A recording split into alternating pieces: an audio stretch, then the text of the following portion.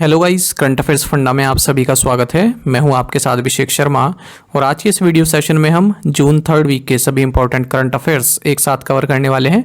तो हमेशा की तरह आप इस वीडियो को अंत तक जरूर देखिएगा, काफ़ी कुछ आपको जानने के लिए मिलेगा। साथ ही आपको बता दें, करंट अफेयर्स फंडा अपनी 10th एनिवर्सरी सेलिब्रेट कर रहा है और इसी मौके पर हमारा जो जनरल अवेयरनेस का पैकेज है जिसकी वैलिडिटी 1 साल की होती है, इसे हम आपको 50% ऑफ प्रोवाइड करा रहे हैं। लिमिटेड टाइम ये ऑफर है। आपको बता दें, इसमें हम daily current affairs PDF, weekly PDF, monthly PDF और हर महीने के banking and economic awareness PDF आपको प्रोवाइड कराते हैं, जिन्हें आप डाउनलोड कर सकते हैं, प्रिंट आउट भी निकलवा सकते हैं। इसके लिए चाहे तो आप करंट अफेयर्स फंडा ऐप को यूज़ कर सकते हैं या फिर अपने लैपटॉप या सिस्टम की मदद से वेब लॉगिन भी कर सकते हैं। और कोई भी आपका एग्जाम हो, banking, SSC, railway of state, PCS, जहाँ पर भी जनरल अवेयरनेस या करंट अफेयर्स पूछे जाते हैं, सभी एग्जाम्स के लिए हमारा पीडीएफ कंटेंट काफ़ी यूजफुल है। और अब तो आपको हमारी करंट अफेयर्स फंडा ऐप पर सेक्शनल टेस्ट भी हम प्रोवाइड करा रहे हैं, इन्हें भी आप अटेम्प्ट कर सकते हैं। तो एक बार अगर आपने हमारे करंट अफेयर्स पढ़ लिए, उसके बाद इन टेस्ट को अटेम्प्ट किया, तो यकीन माने आपका करंट अफेयर्स सेक्शन काफ़ी स्ट्रॉन्ग हो जाएगा। तो लिंक आपको वीडियो के डिस्क्रिप्शन में या फिर फर्स्ट कमेंट में मिल जाएगा। चलिए फिर करते हैं शुरुआत इस वीडियो सेशन की। Pema Khandu was sworn in as the chief minister of which state? Pema Khandu ने किस राज्य के मुख्यमंत्री के रूप में शपथ ली? ऑप्शंस आपके सामने हैं। सही आंसर ऑप्शन डी है, अरुणाचल प्रदेश। आपको जानना चाहिए कि बीजेपी लीडर पेमा खांडू ये अरुणाचल प्रदेश के चीफ मिनिस्टर बने हैं और लगातार तीसरी बार ये इस पद पर जो है नियुक्त किए गए हैं। आपको बता दें, इन्हें इस पद की शपथ दिलाई गई अरुणाचल प्रदेश के governor lieutenant general retired K.T.. Patnaik द्वारा ईटानगर में। साथ ही चौना मेन ये डिप्टी चीफ मिनिस्टर बने हैं अरुणाचल प्रदेश के। आपको जानना चाहिए, हाल ही में जो असेंबली इलेक्शंस हुए अरुणाचल प्रदेश में, तो 60 मेंबर्स की असेंबली है। इसमें से केवल बीजेपी ने ही 46 सीट्स जीती हैं और अपनी तीसरी बार सरकार बनाई है। अरुणाचल प्रदेश के बारे में आपको जानना चाहिए, इसे land of dawn lit mountain के नाम से जाना जाता है, यानी कि लैंड ऑफ राइजिंग सन। कई बार एग्जाम में पूछा जा चुका है, खास करके एसएससी जैसे एग्जाम्स में। नॉर्थ ईस्ट फ्रंटियर एजेंसी के नाम से इसे पहले जाना जाता था। उसके बाद फिर 20 फरवरी 1987 को इसे स्टेट का दर्जा दिया गया। कैपिटल इसकी ईटानगर है। Who is the union minister of housing and urban affairs? केंद्रीय आवास और शहरी मामलों के मंत्री कौन है? ऑप्शंस आपके सामने हैं। सही आंसर ऑप्शन ए रहेगा, मनोहर लाल। आपको जानना चाहिए, farmer Haryana chief minister Manohar Lal Khattar ये union housing and urban affairs minister बनाए गए हैं, जो नई सरकार चुनी गई है। इस पद पर ये हरदीप सिंह पुरी को रिप्लेस कर रहे हैं, जिन्हें ministry of petroleum and natural gas दिया गया है। आपको जानना चाहिए, खट्टर को यूनियन मिनिस्ट्री ऑफ पावर भी दिया गया है। In which Italian region did Prime Minister Narendra Modi arrive to attend the outreach session of the G7 summit? प्रधानमंत्री नरेंद्र मोदी G7 शिखर सम्मेलन के आउटरीच सत्र में भाग लेने के लिए किस इतालवी क्षेत्र पहुंचे? ऑप्शंस आपके सामने हैं। सही आंसर ऑप्शन बी है, अपोलिया। देखिए, इस तरह क्वेश्चंस घुमा के थोड़ा पूछ ले जाते हैं, तो ये आप याद रखा करें, क्योंकि ये तो सिंपल क्वेश्चन हो जाएगा। G7 समिट का हुई, सबको पता है कि इटली में हो रही है, ठीक है। थोड़ा सा उसको टफ बनाने के लिए और उसके डीप में चले जाते हैं कि किस रीजन में पहुंचे हैं, कहाँ किस रीजन में हो रही है वो समिट। देखिए, prime minister Narendra Modi Italy के अपोलिया, ये एक वहाँ का रीजन है, यहाँ पर पहुँचे हैं क्योंकि G7 समिट की आउटरीच सेशन में पार्टिसिपेट इन्हें करना है। तो इस बार की जो G7 समिट है 2024 की 50th एडिशन है, 13 से 15 जून 2024 तक चलने वाली है। पिछली बार G7 समिट जापान द्वारा होस्ट की गई थी। थोड़ा सा जान लेते हैं G7 के बारे में, यानी कि ग्रुप ऑफ 7 के बारे में। ये एक inter governmental political and economic forum है। देश की बात करें, इसमें Canada, France, Germany, Italy, Japan, United kingdom और यूनाइटेड स्टेट्स हैं। इन्हीं के साथ यूरोपियन यूनियन भी इसमें है। तो कई बार क्वेश्चन बनता है कि G7 की कंट्री कौन सी नहीं है निम्नलिखित में से, ठीक है। तो ये 7 कंट्रीज हैं, आपको जाननी चाहिए। बाकी आपको जानना चाहिए कि रशिया भी इसका मेंबर था, तब G8 के नाम से इसे जाना जाता था 1997 से लेकर 2014 तक। फिर 2014 में रशिया को बाहर निकाल दिया था, तब ये G7 ही रह गया तब से। और G7 किसी भी ट्रीटी पर बेस्ड नहीं है, ना इनका कोई परमानेंट सेक्रेटेरिएट या फिर ऑफिस है। अच्छा, Algeria, Argentina, Brazil, India, Jordan, Kenya, Mauritania और Tunisia, Turkey, Ukraine, UAE, Vatican City, यहाँ से भी जो लीडर हैं वो पहुँचे हैं G7 समिट में आउटरीच सेशन में पार्टिसिपेट करने के लिए। When is the world Elder abuse awareness day celebrated? पूछ रहे हैं कि विश्व बुजुर्ग दुर्व्यवहार जागरूकता दिवस कब मनाया जाता है? ऑप्शंस आपके सामने है। सही आंसर ऑप्शन डी है, जून 15।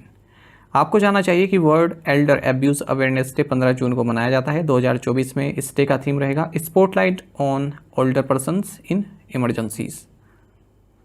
How many women members are there in the newly elected Lok Sabha? नवनिर्वाचित लोकसभा में कितनी महिला सदस्य हैं? ऑप्शंस आपके सामने हैं। सही आंसर ऑप्शन डी रहेगा 74। राइट साइड में आप चार्ट भी देख सकते हैं पार्टी वाइज किसने कितनी विमेन एमपीज भेजी हैं। आपको जानना चाहिए कि जो 18th लोकसभा अभी चुनी गई है इसमें 74 विमेन मेंबर्स ऑफ पार्लियामेंट हैं और 2019 से कंपेयर करें तो 4 कम, ठीक है। और अगर हम 1952 से कंपेयर करें तो 52 ज़्यादा। उस हिसाब से आप देख सकते हैं किसमें कितनी थी, ठीक है। 2019 से तो 4 कम है, लेकिन 1952 में जो एमपीज़ आई थी विमेन एमपीज़ उनसे 52 ज़्यादा हैं। तो कितनी आई है इस बार 2024 में जो 18th लोकसभा चुनी गई 74। ये महत्वपूर्ण क्वेश्चन रहेगा, ध्यान से देखिएगा। अच्छा, जो ये नई लोकसभा है इसमें जो महिलाएं हैं वो 13.6% मेंबर्स जो है कॉन्स्टिट्यूट करती हैं, एज अगेंस्ट जो पिछली बार की लोकसभा है उसमें 14.3% थी। और 2024 में जो ये विमेन लोकसभा एमपीज़ आई हैं 14 पार्टीज से आई हैं और इसमें सबसे टॉप पर बीजेपी है। 31 वुमेन एमपीज़ इन्होंने भेजी हैं, क्योंकि ज़्यादा सीट्स इन्हीं की आई हैं तो वैसी बात है। और आपको ये बता दें पहला ही इलेक्शन था जो विमेन रिजर्वेशन बिल 2023 के इंट्रोडक्शन के बाद से ये पहला जो है लोकसभा इलेक्शन था। हालांकि ये जो बिल है ये अभी अस्तित्व में आना बाकी है और इसमें आप सभी जानते हैं 1/3 सीट्स महिलाओं के लिए रिजर्व की गई है लोकसभा और स्टेट लेजिस्लेटिव असेंबलीज में।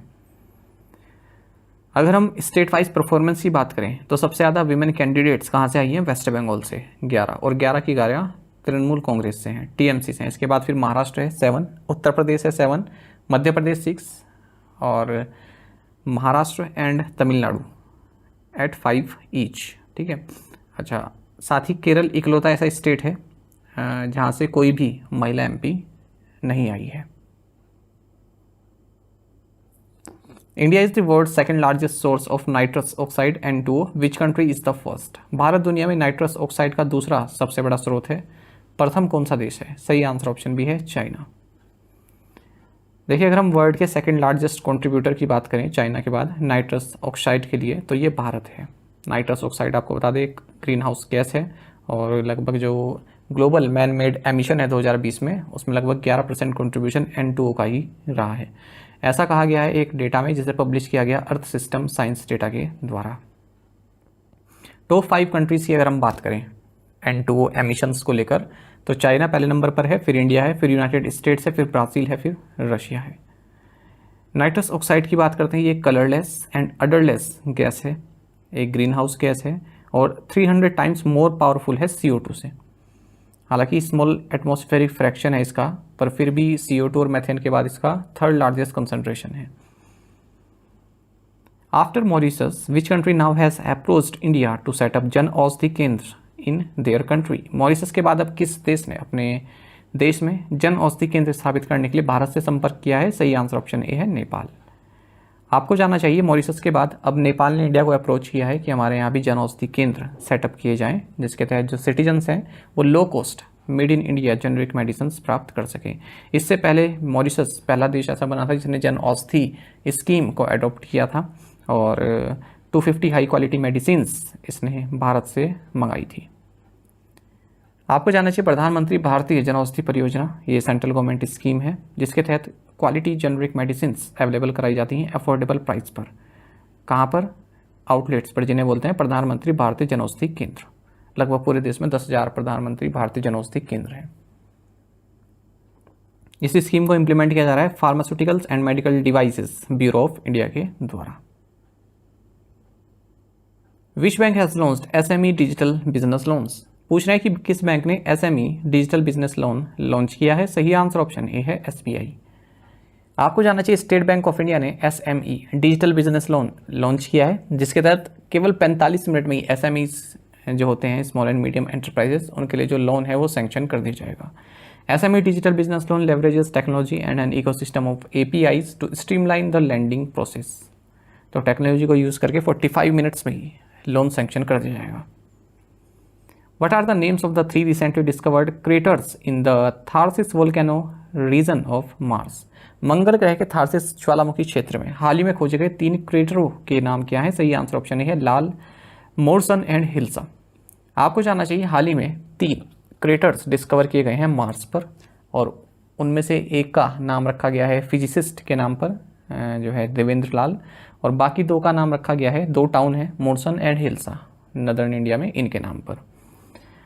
अच्छा, ये डिस्कवरी जो है फिजिकल रिसर्च लेबोरेटरी के जो साइंटिस्ट हैं उनके द्वारा 2021 में ही कर दी गई थी, लेकिन ये जो नेमिंग है ये हाल ही में अप्रूव की गई है।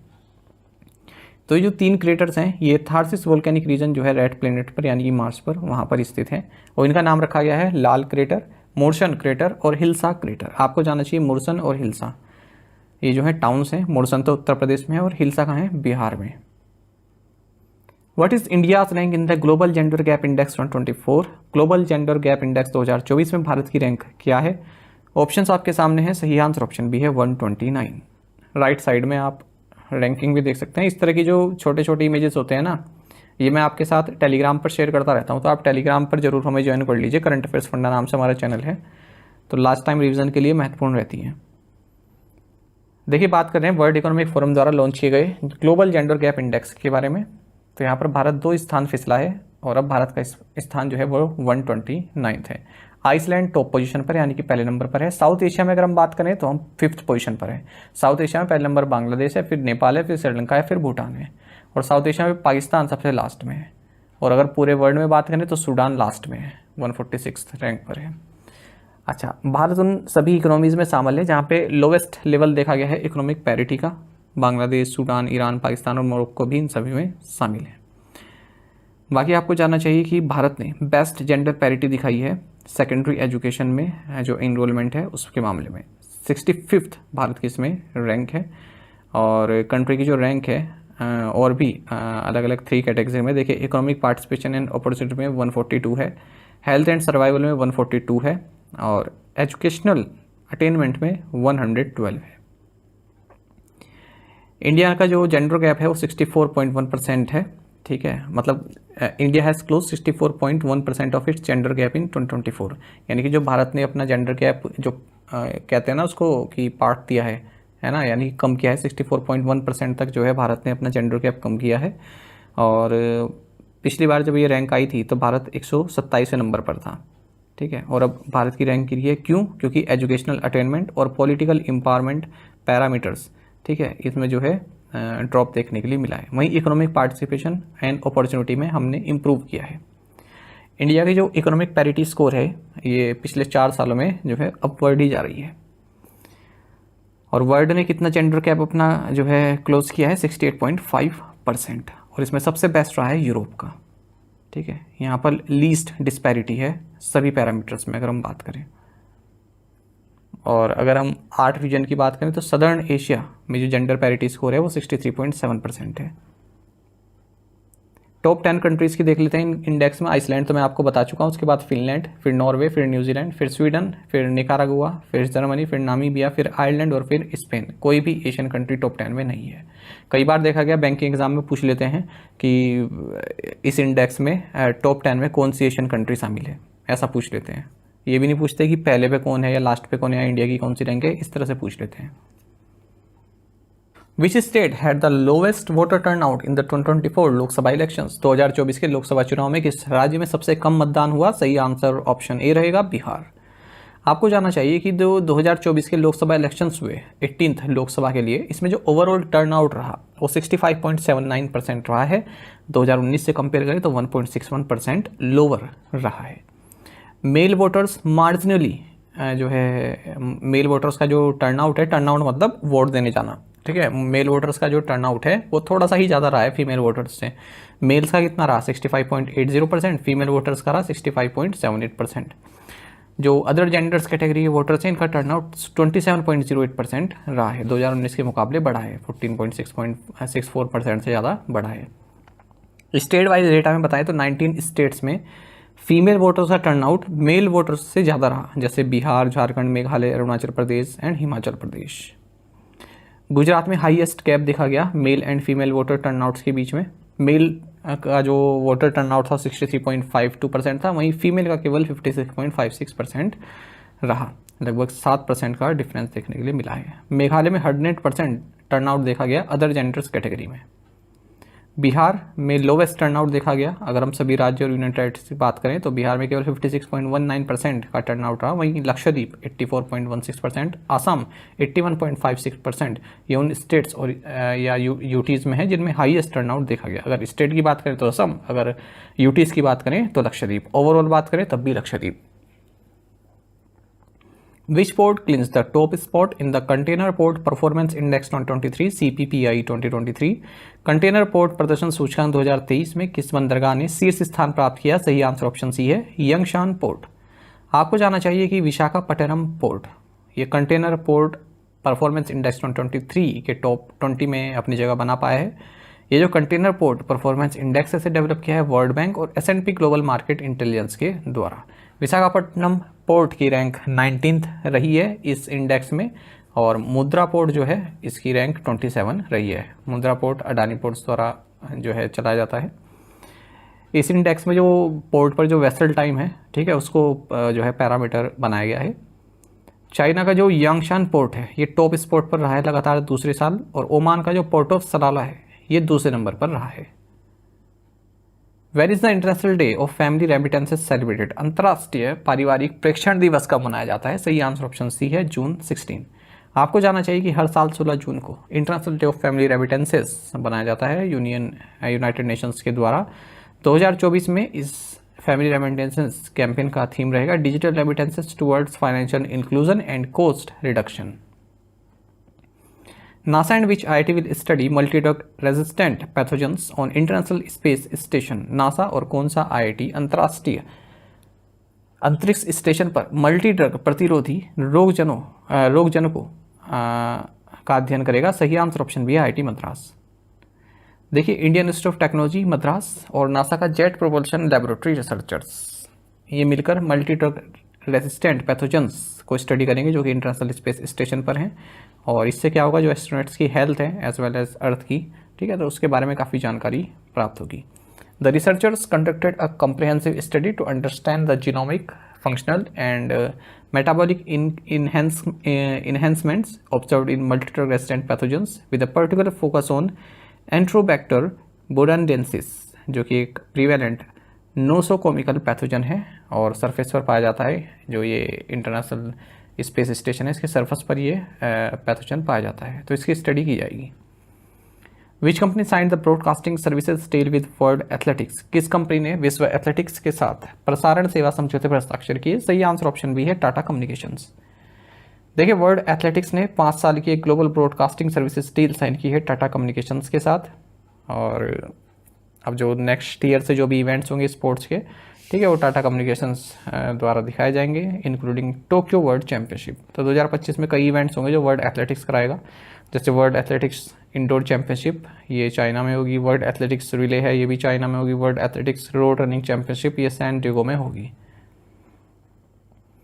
वर्ल्ड एथलेटिक्स का हेडक्वार्टर्स मोनाको में है। How much monetary penalty was imposed by the RBI on Gujarat Ambuja Cooperative Bank Limited Ahmedabad Gujarat? पूछ रहे हैं कि RBI द्वारा गुजरात अंबुजा सहकारी बैंक लिमिटेड अहमदाबाद पर कितना मौद्रिक जुर्माना लगाया गया है? सही आंसर ऑप्शन है 1 लाख रुपीज़। देखिए, रिजर्व बैंक ऑफ इंडिया ने 1 लाख रुपए का मॉनेटरी पेनल्टी लगाई है Gujarat Ambuja Cooperative Bank Limited Ahmedabad Gujarat पर for non compliance with the directions issued by RBI on loans and advances to directors relatives and firms concerns in which they are interested. RBI ने 2 लाख रुपए की monetary penalty लगाई है नंदनी सहकारी bank limited Kolhapur पर। RBI के जो गोल्ड लोन संबंधित डायरेक्शंस हैं उनको फॉलो नहीं किया है। RBI ने 75,000 रुपये की मॉनेटरी पेनल्टी लगाई है Ramanagaram urban cooperative Bank limited Karnataka पर।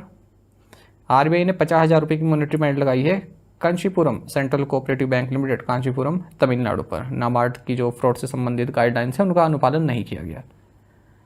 RBI ने 25,000 रुपये की मॉनेटरी पेनल्टी लगाई है विश्व कल्याण सहकारी बैंक लिमिटेड हुबली कर्नाटक पर।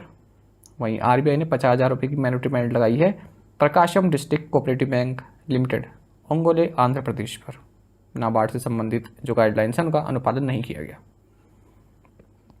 Which platform has partnered with Gurugram cyber police for the cyber warriors program? Cyber warriors program के लिए किस प्लेटफॉर्म ने गुरुग्राम साइबर पुलिस के साथ साझेदारी की है? सही आंसर ऑप्शन सी है, जूपी। आपको जानना चाहिए कि साइबर सिक्योरिटी को सिस्टम को स्ट्रेंथ करने के लिए जूपी, जो कि इंडिया का largest skill based ludo platform है, इसने पार्टनरशिप की है गुरुग्राम साइबर पुलिस के साथ। किस लिए? जो 11th एडिशन होने वाला है cyber security summer internship program, जिसे साइबर वॉरियर्स कहते हैं, इसके लिए। Gurugram police cyber security summer internship program, ये गुरुग्राम पुलिस द्वारा 2013 से ही चलाया जा रहा है और ज़ुपी इसमें नॉलेज पार्टनर बना है। How many countries signed the zero debris charter to address the issue of space debris?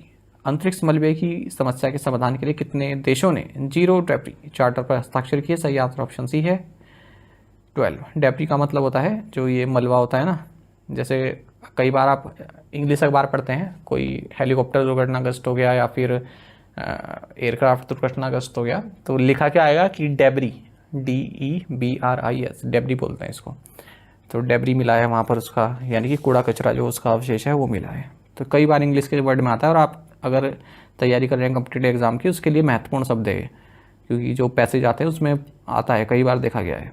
तो 12 देशों ने जीरो डेब्री चार्टर को साइन किया है। कहाँ? European space agency, EU space council में। और आपको जानना चाहिए कि 2023 नवंबर में इस चार्टर को अनवील किया गया था और इसका मकसद ये है कि डेब्री न्यूट्रलिटी अचीव करना स्पेस में 2030 तक। मतलब सैटेलाइट जाती हैं तो उनके कूड़ा कचरा वगैरह पड़ा रहता है ना स्पेस में भी, तो डेब्री फ्री हो जाए, साफ हो जाए space. Any entity committed to advancing space safety and sustainability can sign the charter and join the zero debris community without needing approval from existing partners.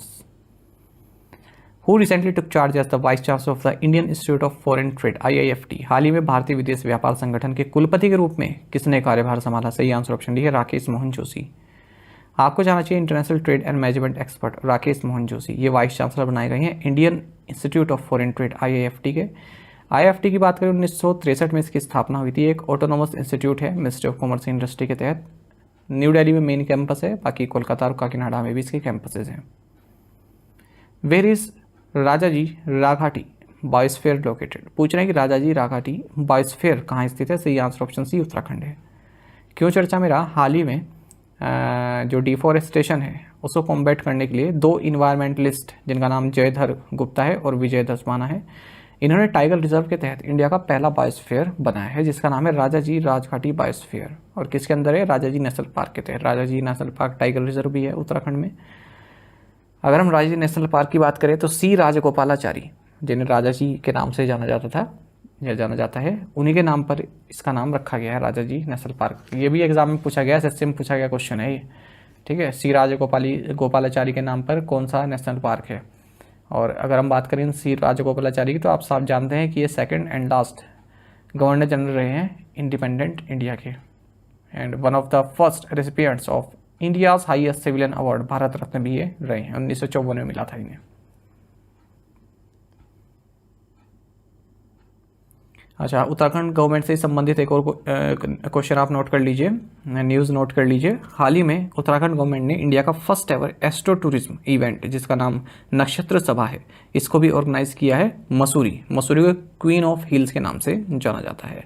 तो इस इवेंट में क्या रहेगा? जो भी एस्ट्रोनॉमी एंथुजियास्ट हैं, जो भी एस्ट्रोनॉमी अपनी रुचि रखते हैं, तो यहाँ पर कैंप वगैरह लगेगा और स्टार गेजिंग वगैरह एक्टिविटीज़ यहाँ पर कराई जाएंगी। Who was recently appointed as National Security Advisor (NSA) for the third consecutive time? हाल ही में लगातार तीसरी बार राष्ट्रीय सुरक्षा सलाहकार के रूप में किसे नियुक्त किया गया? ऑप्शंस आपके सामने हैं। सही आंसर ऑप्शन ए रहेगा अजीत डोभाल। आपको जानना चाहिए सेंट्रल गवर्नमेंट ने अजीत डोभाल को लगातार तीसरी बार नेशनल सिक्योरिटी एडवाइज़र अपॉइंट किया है और ये जो पोस्ट रहेगी इनकी कैबिनेट मिनिस्टर की रैंक की पोस्ट रहेगी और अगले 5 साल तक ये इस पद पर रहेंगे। आपको बता दें हमारे देश के जो फर्स्ट नेशनल सिक्योरिटी एडवाइज़र रहे इनका नाम है ब्रजेश मिश्रा और 19 नवंबर 1998 को जब अटल बिहारी वाजपेयी जी की गवर्नमेंट थी उनके द्वारा ये पोस्ट क्रिएट की गई थी।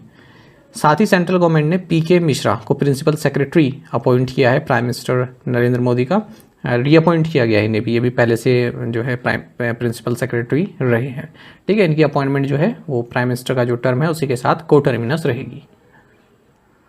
What is the theme of the desertification and drought day this year?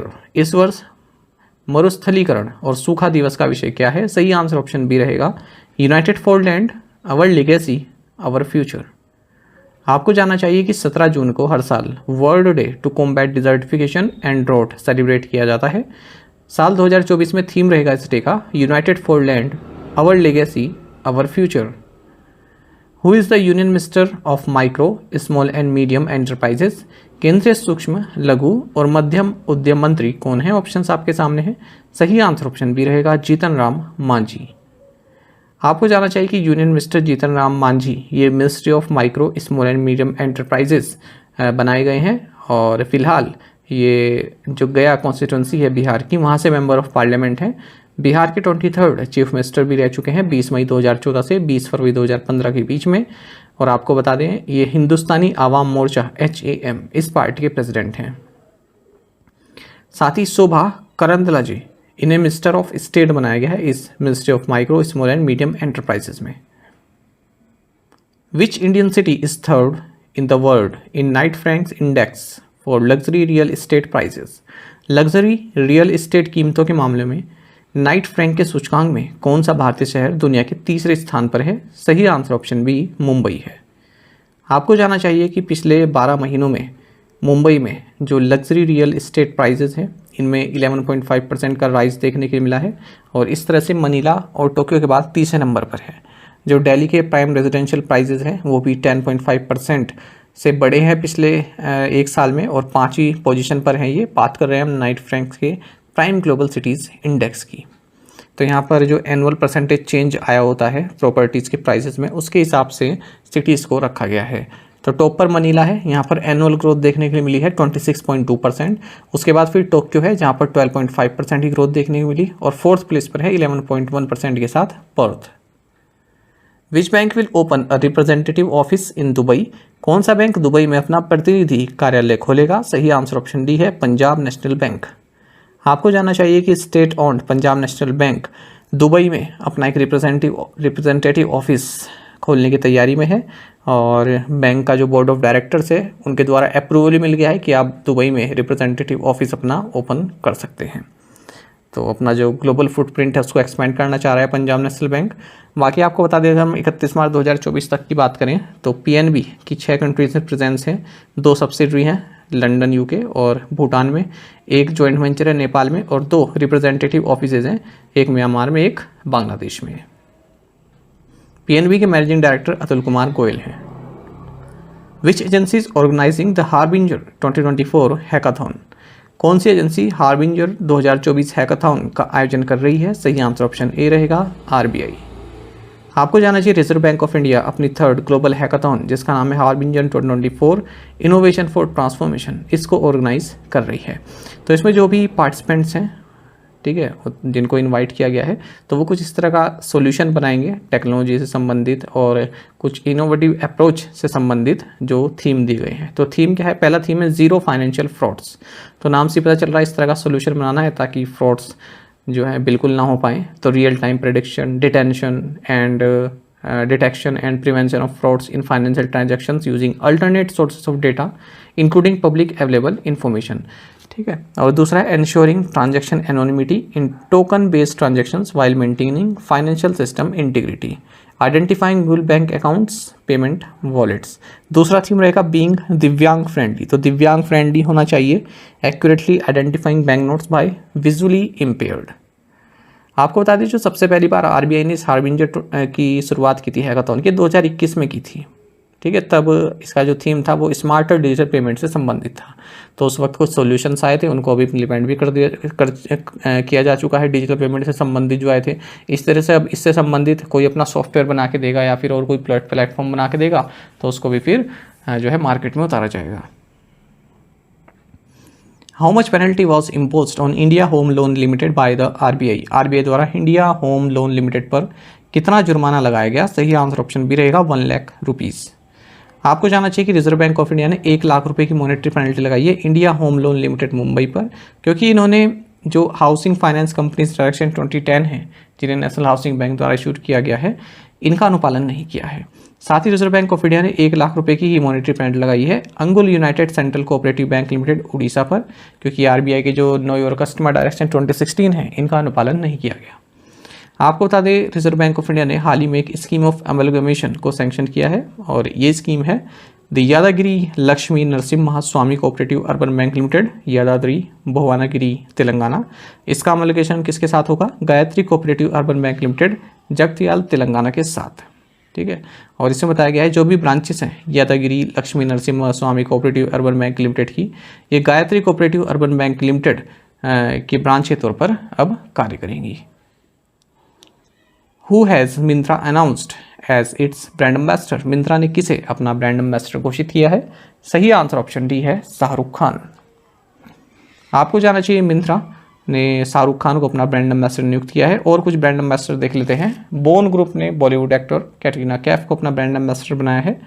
और ईसाम मानी लेड रिलायंस रिटेल का जो ब्यूटी वेंचर है तायरा, इसने मीरा राजपूत कपूर को अपना ब्रांड एम्बेसडर बनाया है। Olympic medallist PV Sindhu green days का जो बेटर न्यूट्रिशन है इसका ब्रांड एम्बेसडर और इन्वेस्टर बनी है। How long is the designation of National Institute of Indian Medical Heritage NIIMH Hyderabad as a WHO collaborating center valid? WHO सहयोग केंद्र के रूप में national institute of Indian medical heritage Hyderabad को मान्यता किस अवधि के लिए दी गई है? ऑप्शंस आपके सामने है। सही आंसर ऑप्शन सी रहेगा 4 years। आपको जानना चाहिए जो वर्ल्ड हेल्थ ऑर्गेनाइजेशन है इसने national institute of Indian medical heritage Hyderabad जो कि CSIR माफ़ कीजिएगा जो कि central council for research in Ayurvedic sciences यानी कि CCRAS मिनिस्ट्री ऑफ आयुष के तहत आती है, इसी के अंडर ही आता है।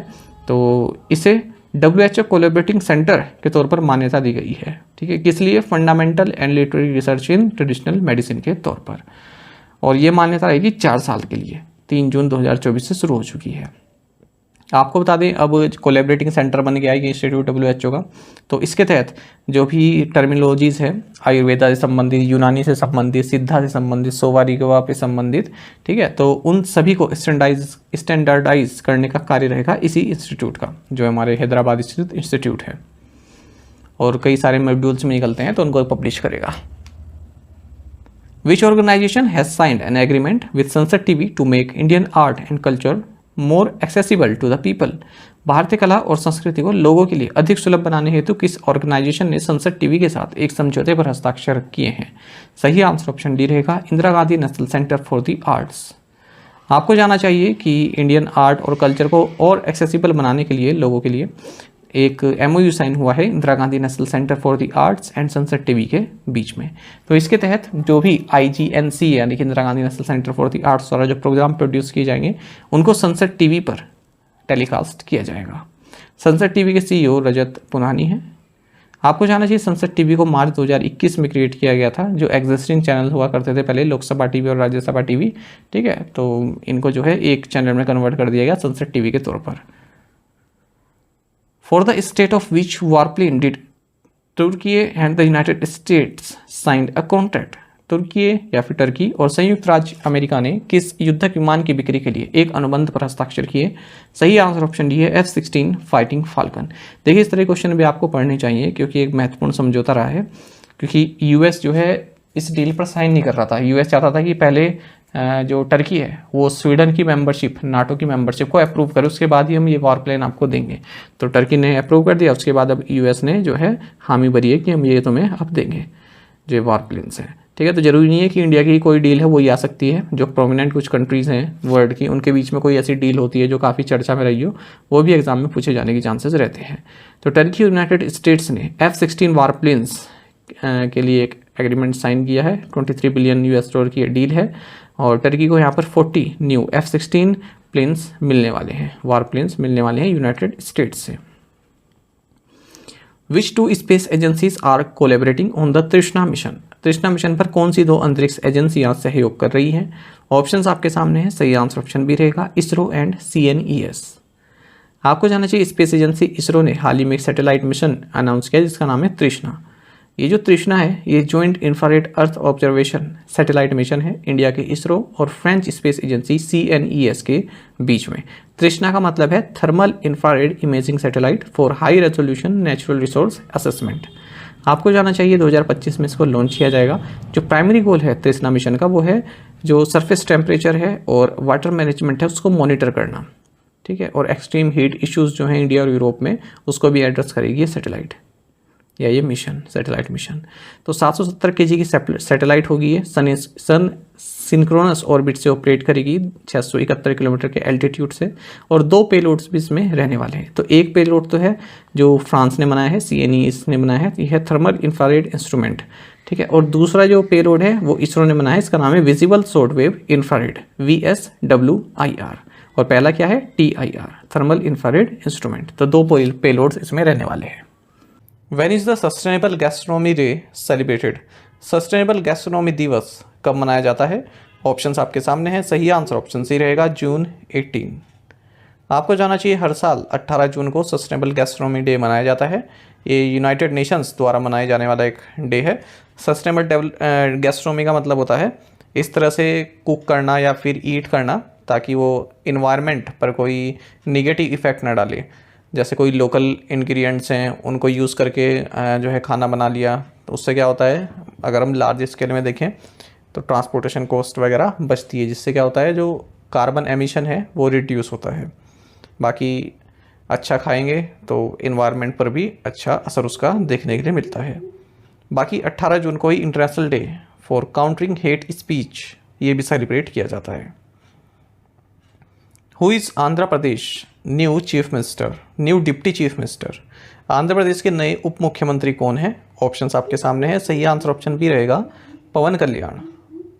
आपको जानना चाहिए कि आंध्र प्रदेश के चीफ मिनिस्टर चंद्रबाबू नायडू ने अनाउंस किया है कि पवन कल्याण ये आंध्र प्रदेश के नए डिप्टी चीफ मिनिस्टर होंगे, और इनके पास जो मंत्रालय दिए गए हैं वो minister of Panchayati Raj and rural development, environment, forest, science and technologies, ये सभी मंत्रालय भी इन्हें दिए गए हैं।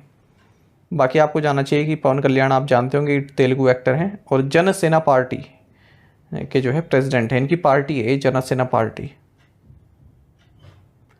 Who is the union minister of parliamentary affairs? केंद्रीय संसदीय कार्य मंत्री कौन है? ऑप्शंस आपके सामने हैं, सही आंसर ऑप्शन बी है, किरण रिजिजू। तो भारतीय जनता पार्टी लीडर किरण रिजिजू ये union minister of parliamentary affairs बनाए गए हैं, संसदीय कार्य मंत्री बनाए गए हैं। और इन्हीं के साथ जो संसदीय कार्य राज्य मंत्री जो बनाए गए हैं, यानी कि union ministers of state in the ministry of parliamentary affairs, ये अर्जुन राम मेघवाल हैं और डॉक्टर एल मुरुगन हैं। बाकी आपको जानना चाहिए 2024 का जो लोकसभा इलेक्शंस है उसमें मिस्टर किरण रिजिजू अरुणाचल वेस्ट कॉन्स्टिट्यूंसी से चुनकर आए हैं। Who has been appointed Director General of Federation of Indian Chambers of Commerce and Industry FICCI? Federation of Indian chambers of commerce and industry यानी कि फिक्की का महानिदेशक किसे नियुक्त किया गया है? ऑप्शंस आपके सामने है, सही आंसर ऑप्शन ए रहेगा, ज्योति विज। आपको जानना चाहिए कि federation of Indian chambers of commerce and industry यानी कि फिक्की इन्होंने अनाउंस किया है कि ज्योति विज हमारी डायरेक्टर जनरल रहने वाली हैं। फिलहाल ये एडिशनल डायरेक्टर जनरल हैं फिक्की में। फिक्की की बात करते हैं, इसकी स्थापना 1927 में महात्मा गांधी की एडवाइस पर GT बिरला और पुरुषोत्तम दास ठाकुर दास द्वारा की गई थी। ये फिक्की जो है largest, one of the oldest and apex business organization है इंडिया में। कॉर्पोरेट सेक्टर चाहे वो प्राइवेट हो पब्लिक हो, इंक्लूडिंग SMEs और MNCs से इसकी मेंबरशिप रहती है, मतलब यहाँ सभी के लोग इसमें मेंबर रहते हैं। फिलहाल इसका हेडक्वार्टर्स कहाँ है? न्यू दिल्ली में। फिक्की का कई बार पूछा जाता है एग्जाम में, तो याद रखिएगा डायरेक्टर जनरल हो गए या फिर प्रेसिडेंट हो गए। प्रेसिडेंट कौन है? Anish Shah. Who has been appointed as new secretary in Competition Commission of India CCI? भारतीय प्रतिस्पर्धा आयोग में नए सचिव के रूप में किसे नियुक्त किया गया है? ऑप्शंस आपके सामने हैं, सही आंसर ऑप्शन डी रहेगा, इंद्रपाल सिंह बिंद्रा। देखिए इंद्रपाल सिंह बिंद्रा इन्हें नया सेक्रेटरी नियुक्त किया गया है कंपटीशन कमीशन ऑफ इंडिया में। इनकी अपॉइंटमेंट 3 साल तक के लिए रहने वाली है और इस पोस्ट पर बिंद्रा अनुपमा आनंद को रिप्लेस कर रहे हैं। CCI की अगर हम बात करें तो ये चीफ नेशनल कंपटीशन रेगुलेटर है इंडिया में, एक स्टैट्यूटरी बॉडी है, मिनिस्ट्री ऑफ कॉर्पोरेट अफेयर्स के तहत आती है और भारत में जो कंपटीशन एक्ट 2002 है उसको लागू करने के लिए ही रिस्पॉन्सिबल संस्था भी है। कोई भी देश में हमारा कोई कंपटीशन बना रहे, कोई एजेंसी ऐसा ना हो कि उसी की मोनोपोली चल रही हो, या फिर जो एंटिटी मर्ज होती हैं, ठीक है, उनका भी जो है यही अप्रूव करती है और इस तरह से करती है कि अगर वो मर्ज हो जाए तो मार्केट पे केवल उन्हीं का ही कंट्रोल ना हो। तो ये सब चीज़ें मतलब मार्केट में जो है कंपटीशन बना रहना चाहिए, उस चीज़ को सुनिश्चित करती है एजेंसी। और इस कमीशन की स्थापना 14 अक्टूबर 2003 को हुई थी हालांकि फुली फंक्शनल ये मई 2009 में हुई जब धीरेन्द्र कुमार इसके फर्स्ट चेयरमैन बने।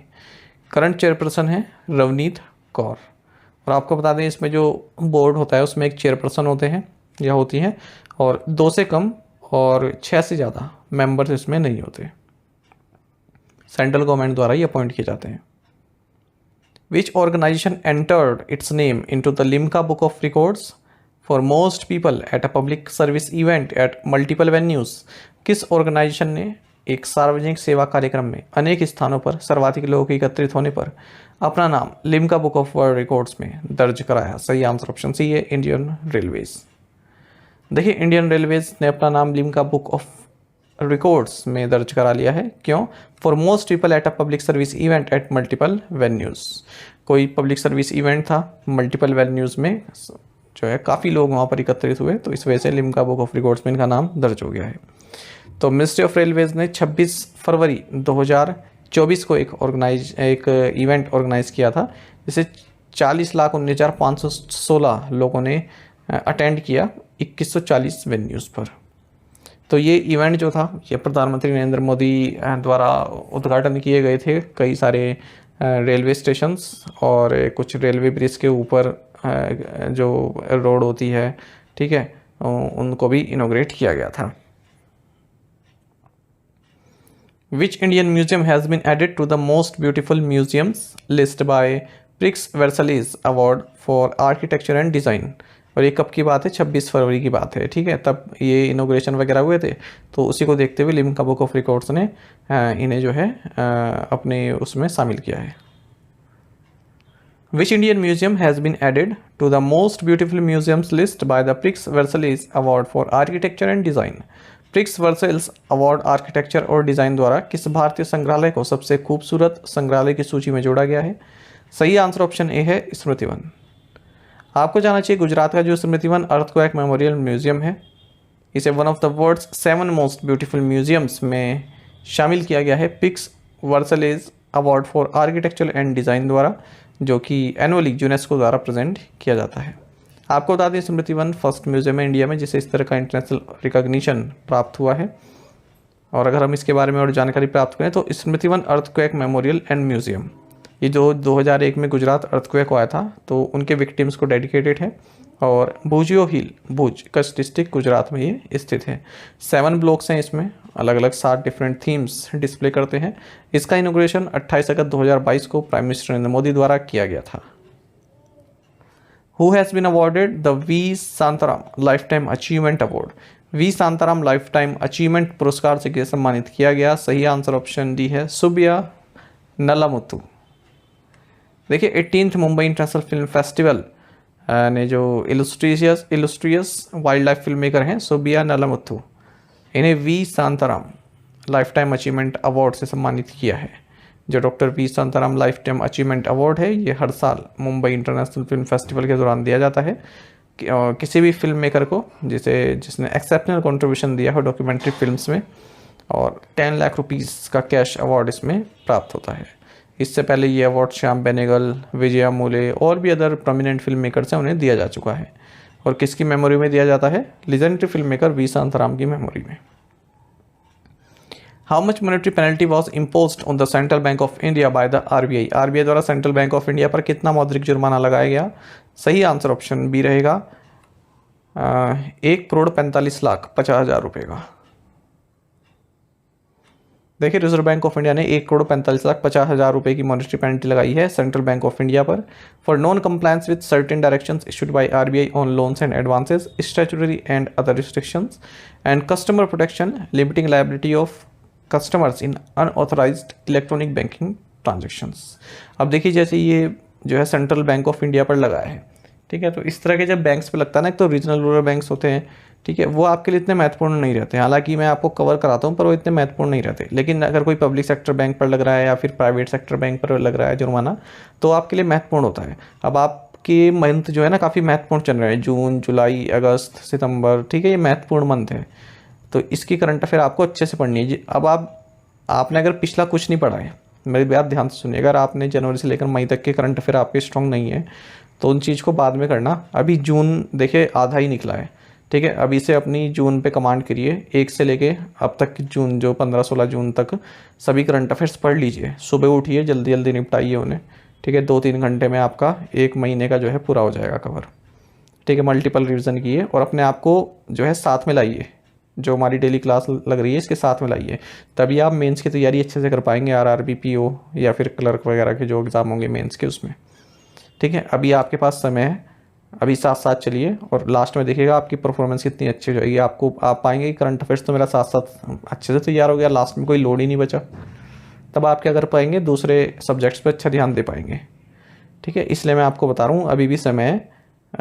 अगर आप मेंस की तैयारी करना चाहते हैं बैंक एग्ज़ाम्स की, तो जून से स्टार्ट कीजिए अभी से। ये महत्वपूर्ण मंथ्स हैं आपके लिए। 1 से लेके 15 जून तक का बिल्कुल निपटा लीजिए और फिर हमारे साथ साथ आ जाइए। फिर डेली जो पढ़ाया जाएगा उसे अपना कंठस्थ करते चलिए। चलिए अगली देखते हैं। रिजर्व बैंक ऑफ इंडिया ने मॉनेटरी पेमेंट लगाई है 96.40 लाख रुपीज़ की बांग्लादेश के जो सोनाली बैंक है इसके ऊपर। बांग्लादेश का है सोनाली बैंक ना, भारत में ही ब्रांचेज हैं इसकी। तो 96.40 लाख रुपीज़ की मॉनेटरी पेनल्टी लगाई है इसने, क्योंकि नो ईयर कस्टमर डायरेक्शंस 2016 को फॉलो नहीं किया है। और कोई भी अगर आपका डाउट होता है तो टेलीग्राम पर मुझे मैसेज कर सकते हैं। ठीक है, कई लोगों के मैसेज आते हैं, तो कोई भी पढ़ाई से संबंधित कोई दिक्कत हो मुझे बताइए। ठीक है, पढ़ने में कोई दिक्कत हो रही हो या करंट अफेयर संबंधित, तो मैं उसको कोशिश करूँगा कि निवारण उसका हो सके।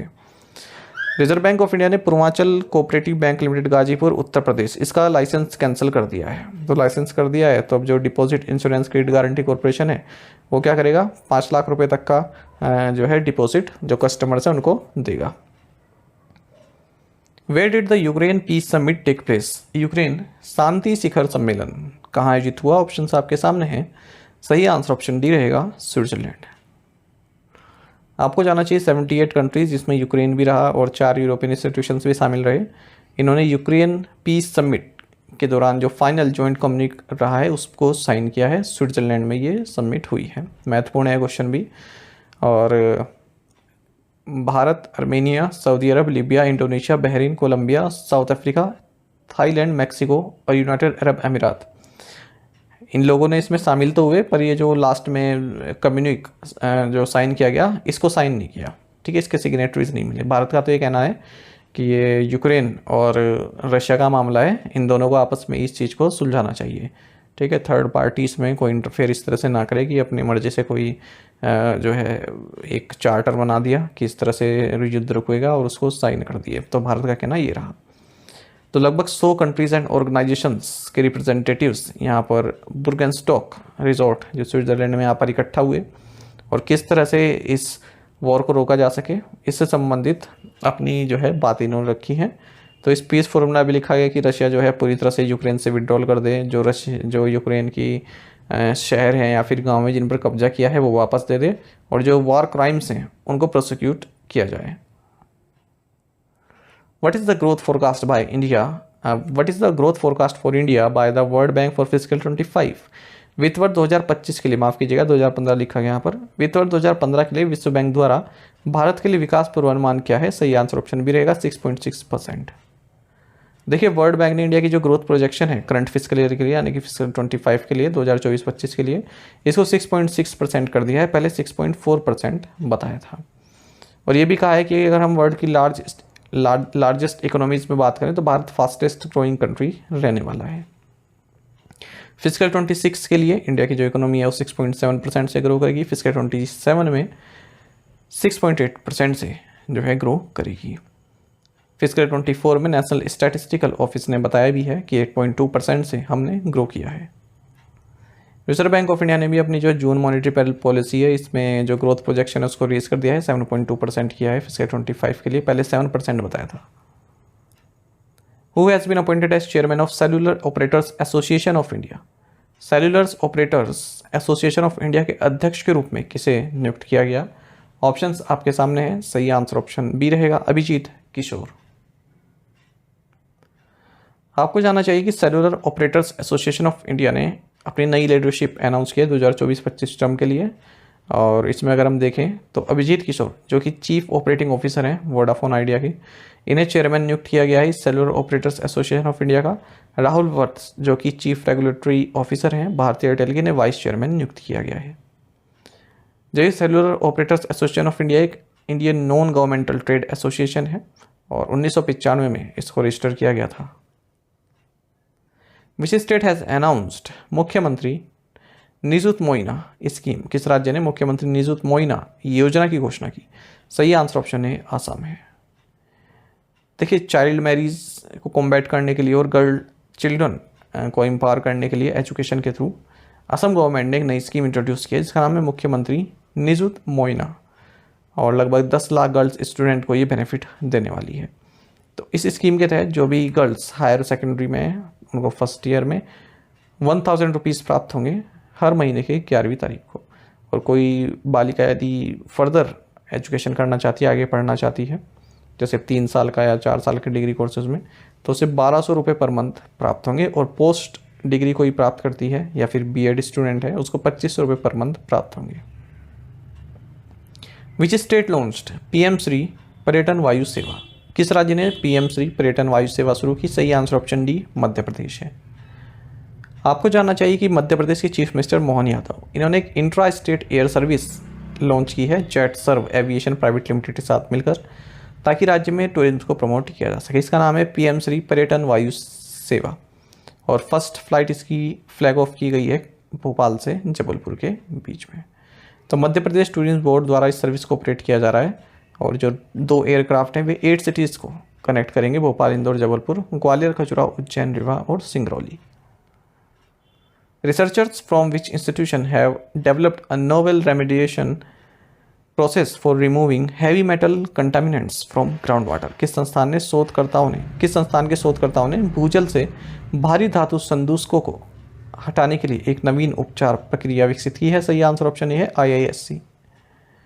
देखिए, central for sustainable technologies Indian institute of science Bengaluru के रिसर्चर्स ने एक नई रेमेडिएशन प्रोसेस जो है डेवलप किया है जिसके तहत जो हैवी मेटल कंटामिनेंट्स हैं जैसे आर्सेनिक जो ग्राउंड वाटर में पाए जाते हैं उनको रिमूव किया जा सकता है।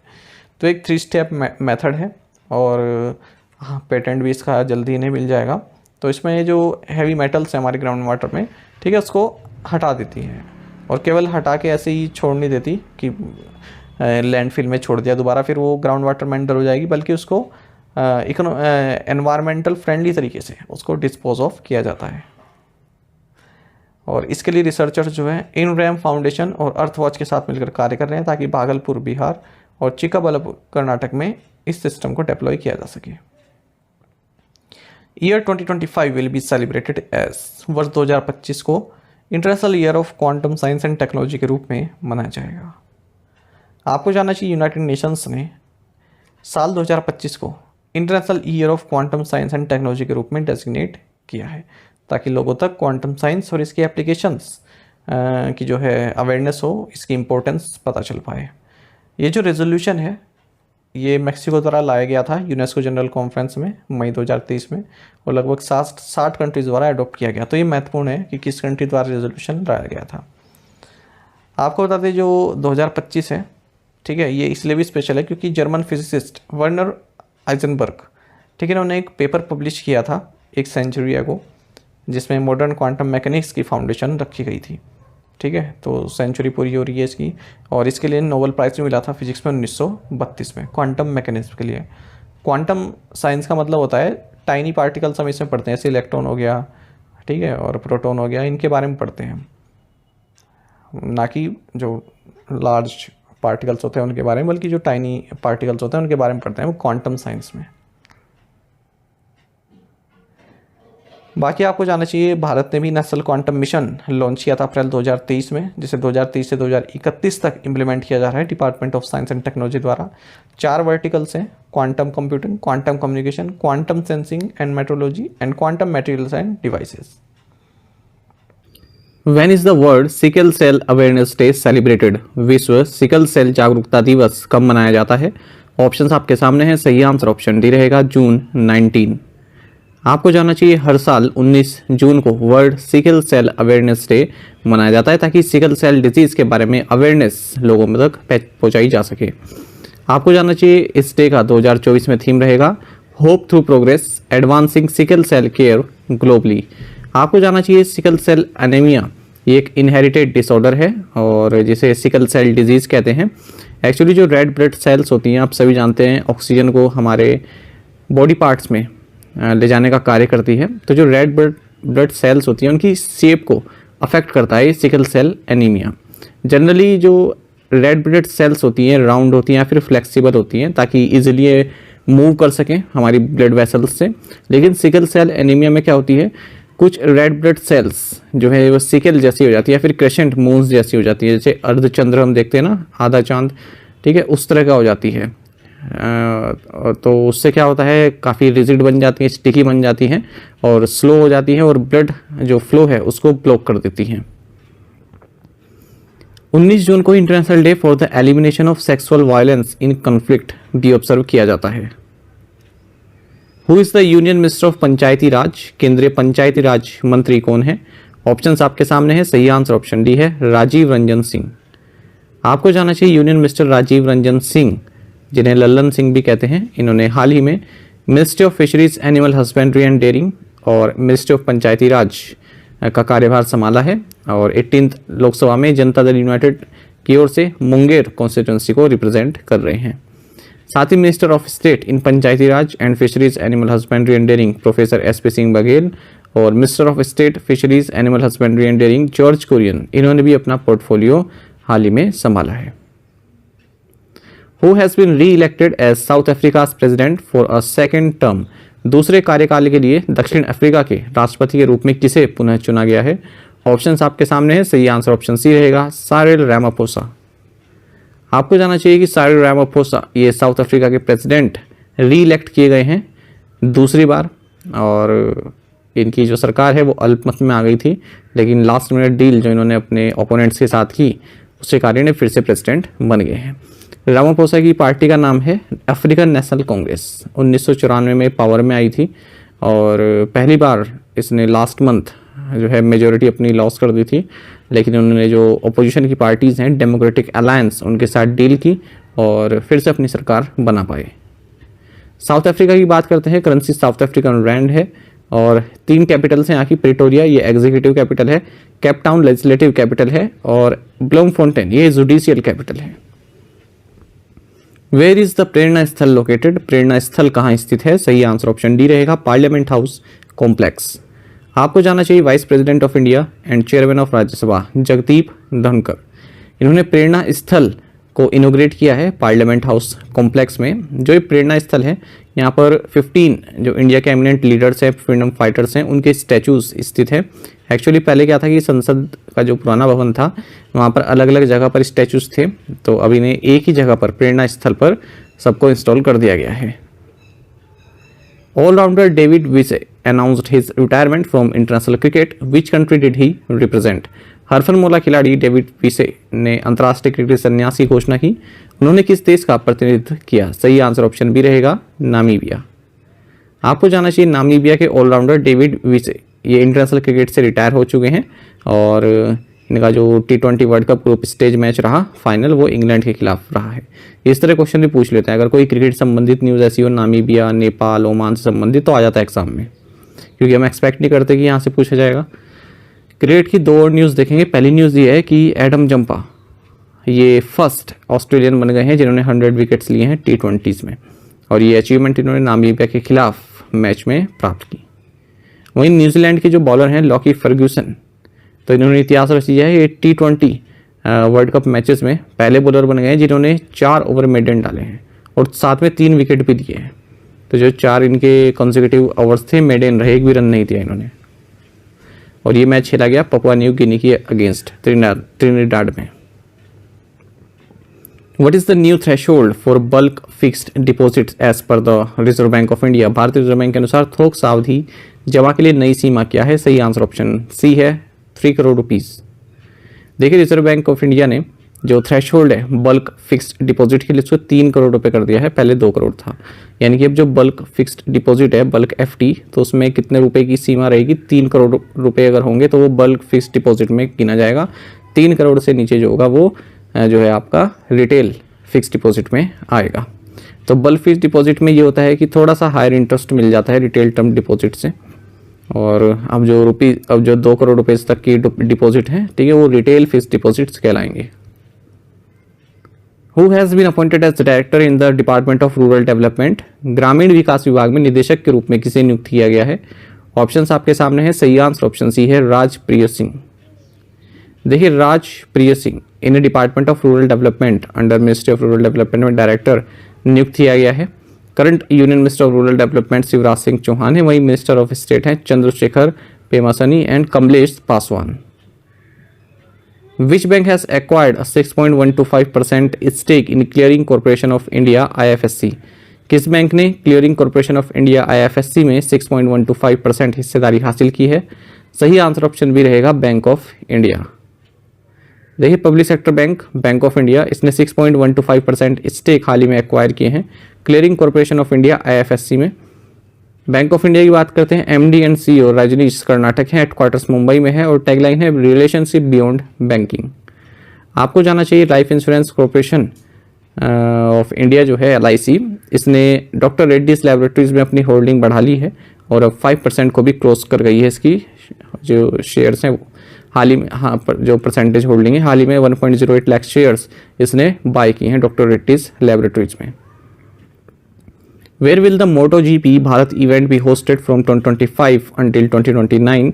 2025 से 2029 तक MotoGP भारत कार्यक्रम कहाँ आयोजित किया जाएगा? सही आंसर ऑप्शन बी, नोएडा है।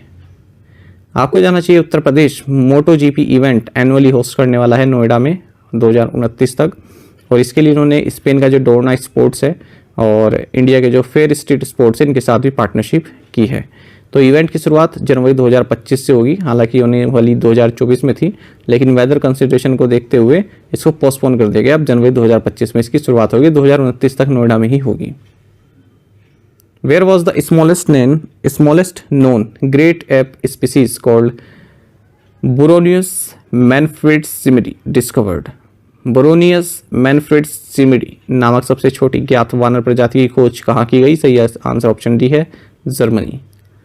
आपको जानना चाहिए स्मॉलेस्ट नॉन ग्रेट एप को जर्मनी में डिस्कवर किया गया है और 11 मिलियन ईयर्स एगो का बताया जा रहा है। और आपको बता दें, जो रिमेन्स पाए गए हैं, ठीक है, ऐसे ये नहीं कि जिंदा 11 मिलियन ईयर्स का जो है पाया गया है, बल्कि इसके रिमेन्स पाए गए हैं। तो बताया जा रहा है कि 11 मिलियन ईयर्स एगो का है ये, ठीक है। और बेवेरिया एक जगह है यहाँ पर, क्ले पिट है, यहाँ पर क्ले पिट में पाया गया है, मिट्टी के गड्ढे में पाया गया है। कुछ इसके पार्शियल रेमनेंट्स भी हैं, जैसे 2 दांत हैं, 1 पैटेला है, और ये जो काफ़ी टाइनी क्रिएचर है और 10 kg का इसका लगभग वेट रहा होगा। और इस स्पीसीज़ का नाम है बुरोनियस मैनफ्रेड्स, ठीक है। ये एक एंशियंट होमिनिड है और जो हमारी एंसेस्टर फैमिली रहा, जिससे ह्यूमंस हुए, गोरिल्लाज हुए, चिंपैंजीज हुए, उसी का ये पार्ट भी है। Who has been appointed as the new managing director and chief executive officer of SBI Cap Ventures Limited? SBI Cap Ventures Limited के नए प्रबंध निदेशक और मुख्य कार्यकारी अधिकारी के रूप में किसे नियुक्त किया गया है? सही आंसर ऑप्शन डी रहेगा, प्रेम Prabhakar. SBI Cap Ventures Limited ने प्रेम प्रभाकर को MD एंड CEO नियुक्त किया है।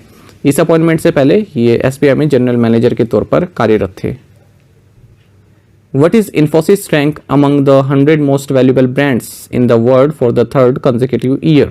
लगातार तीसरे वर्ष दुनिया के 100 सबसे मूल्यवान ब्रांडों में इन्फोसिस की रैंक क्या है? सही आंसर ऑप्शन डी है, 74th।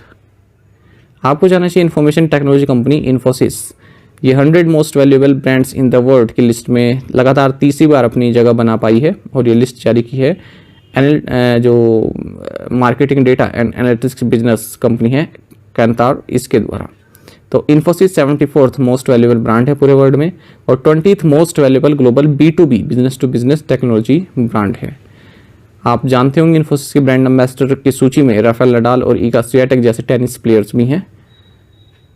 एप्पल वर्ल्ड की फर्स्ट $1 ट्रिलियन ब्रांड है, ठीक है, ऐसा इन्होंने बताया Kantar BrandZ most valuable global brands report 2024 में। तो कौन है टॉप पर? एप्पल, जो मोस्ट वैल्यूएबल ब्रांड है। और उसके बाद फिर दूसरे नंबर पर गूगल आता है, फिर माइक्रोसॉफ्ट आता है, फिर अमेजोन आता है। विच स्टेट और union territory has signed agriculture partnership with New Zealand? किस राज्य या केंद्र शासित प्रदेश ने न्यूजीलैंड के साथ कृषि साझेदारी पर हस्ताक्षर किए हैं? सही आंसर ऑप्शन डी रहेगा, जम्मू एंड कश्मीर। आपको जानना चाहिए कि एग्रीकल्चर सेक्टर में जो है साझेदारी के लिए जम्मू एंड कश्मीर ने मेमोरेंडम ऑफ कोऑपरेशन साइन किया है न्यूजीलैंड के साथ। तो न्यूजीलैंड से breeding technology, sustainable farm management और advance disease control measures within the sheep sector प्राप्त किए जाएंगे जम्मू कश्मीर द्वारा। The ongoing partnership between Jammu and Kashmir and New Zealand promises to redefine agriculture practice in the region, driving innovation, sustainability and prosperity for the local sheep farming community. तो जो ship farming है उसके लिए काफ़ी महत्वपूर्ण रहने वाली है partnership. Which country has decided to leave collective security treaty organisation CSTO? किस देश ने सामूहिक सुरक्षा संधि संगठन छोड़ने का निर्णय लिया है? सही आंसर ऑप्शन बी है अर्मेनिया। देखिए अर्मेनिया के जो प्राइम मिनिस्टर हैं निकोल पाशिनियान, इन्होंने अनाउंस किया है कि इनकी country collective security treaty organisation CSTO को लीव करेगी, इसको छोड़ेगी, इससे बाहर आएगी।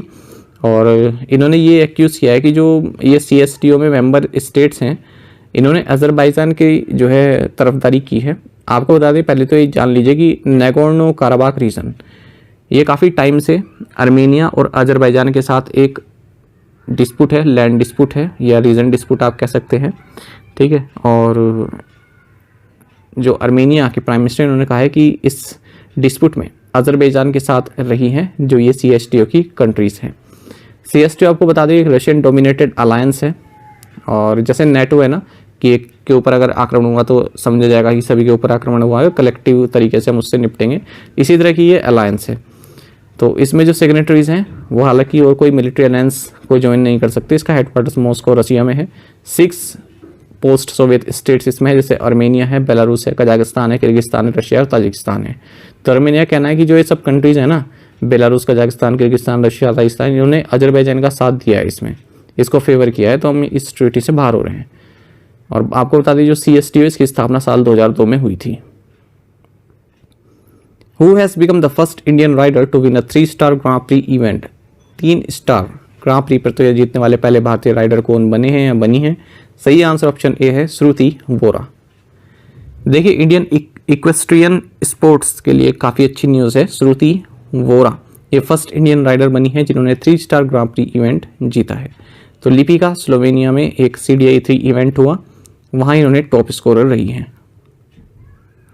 ये कोलकाता से आती है। Which company launched lab 45 artificial intelligence platform?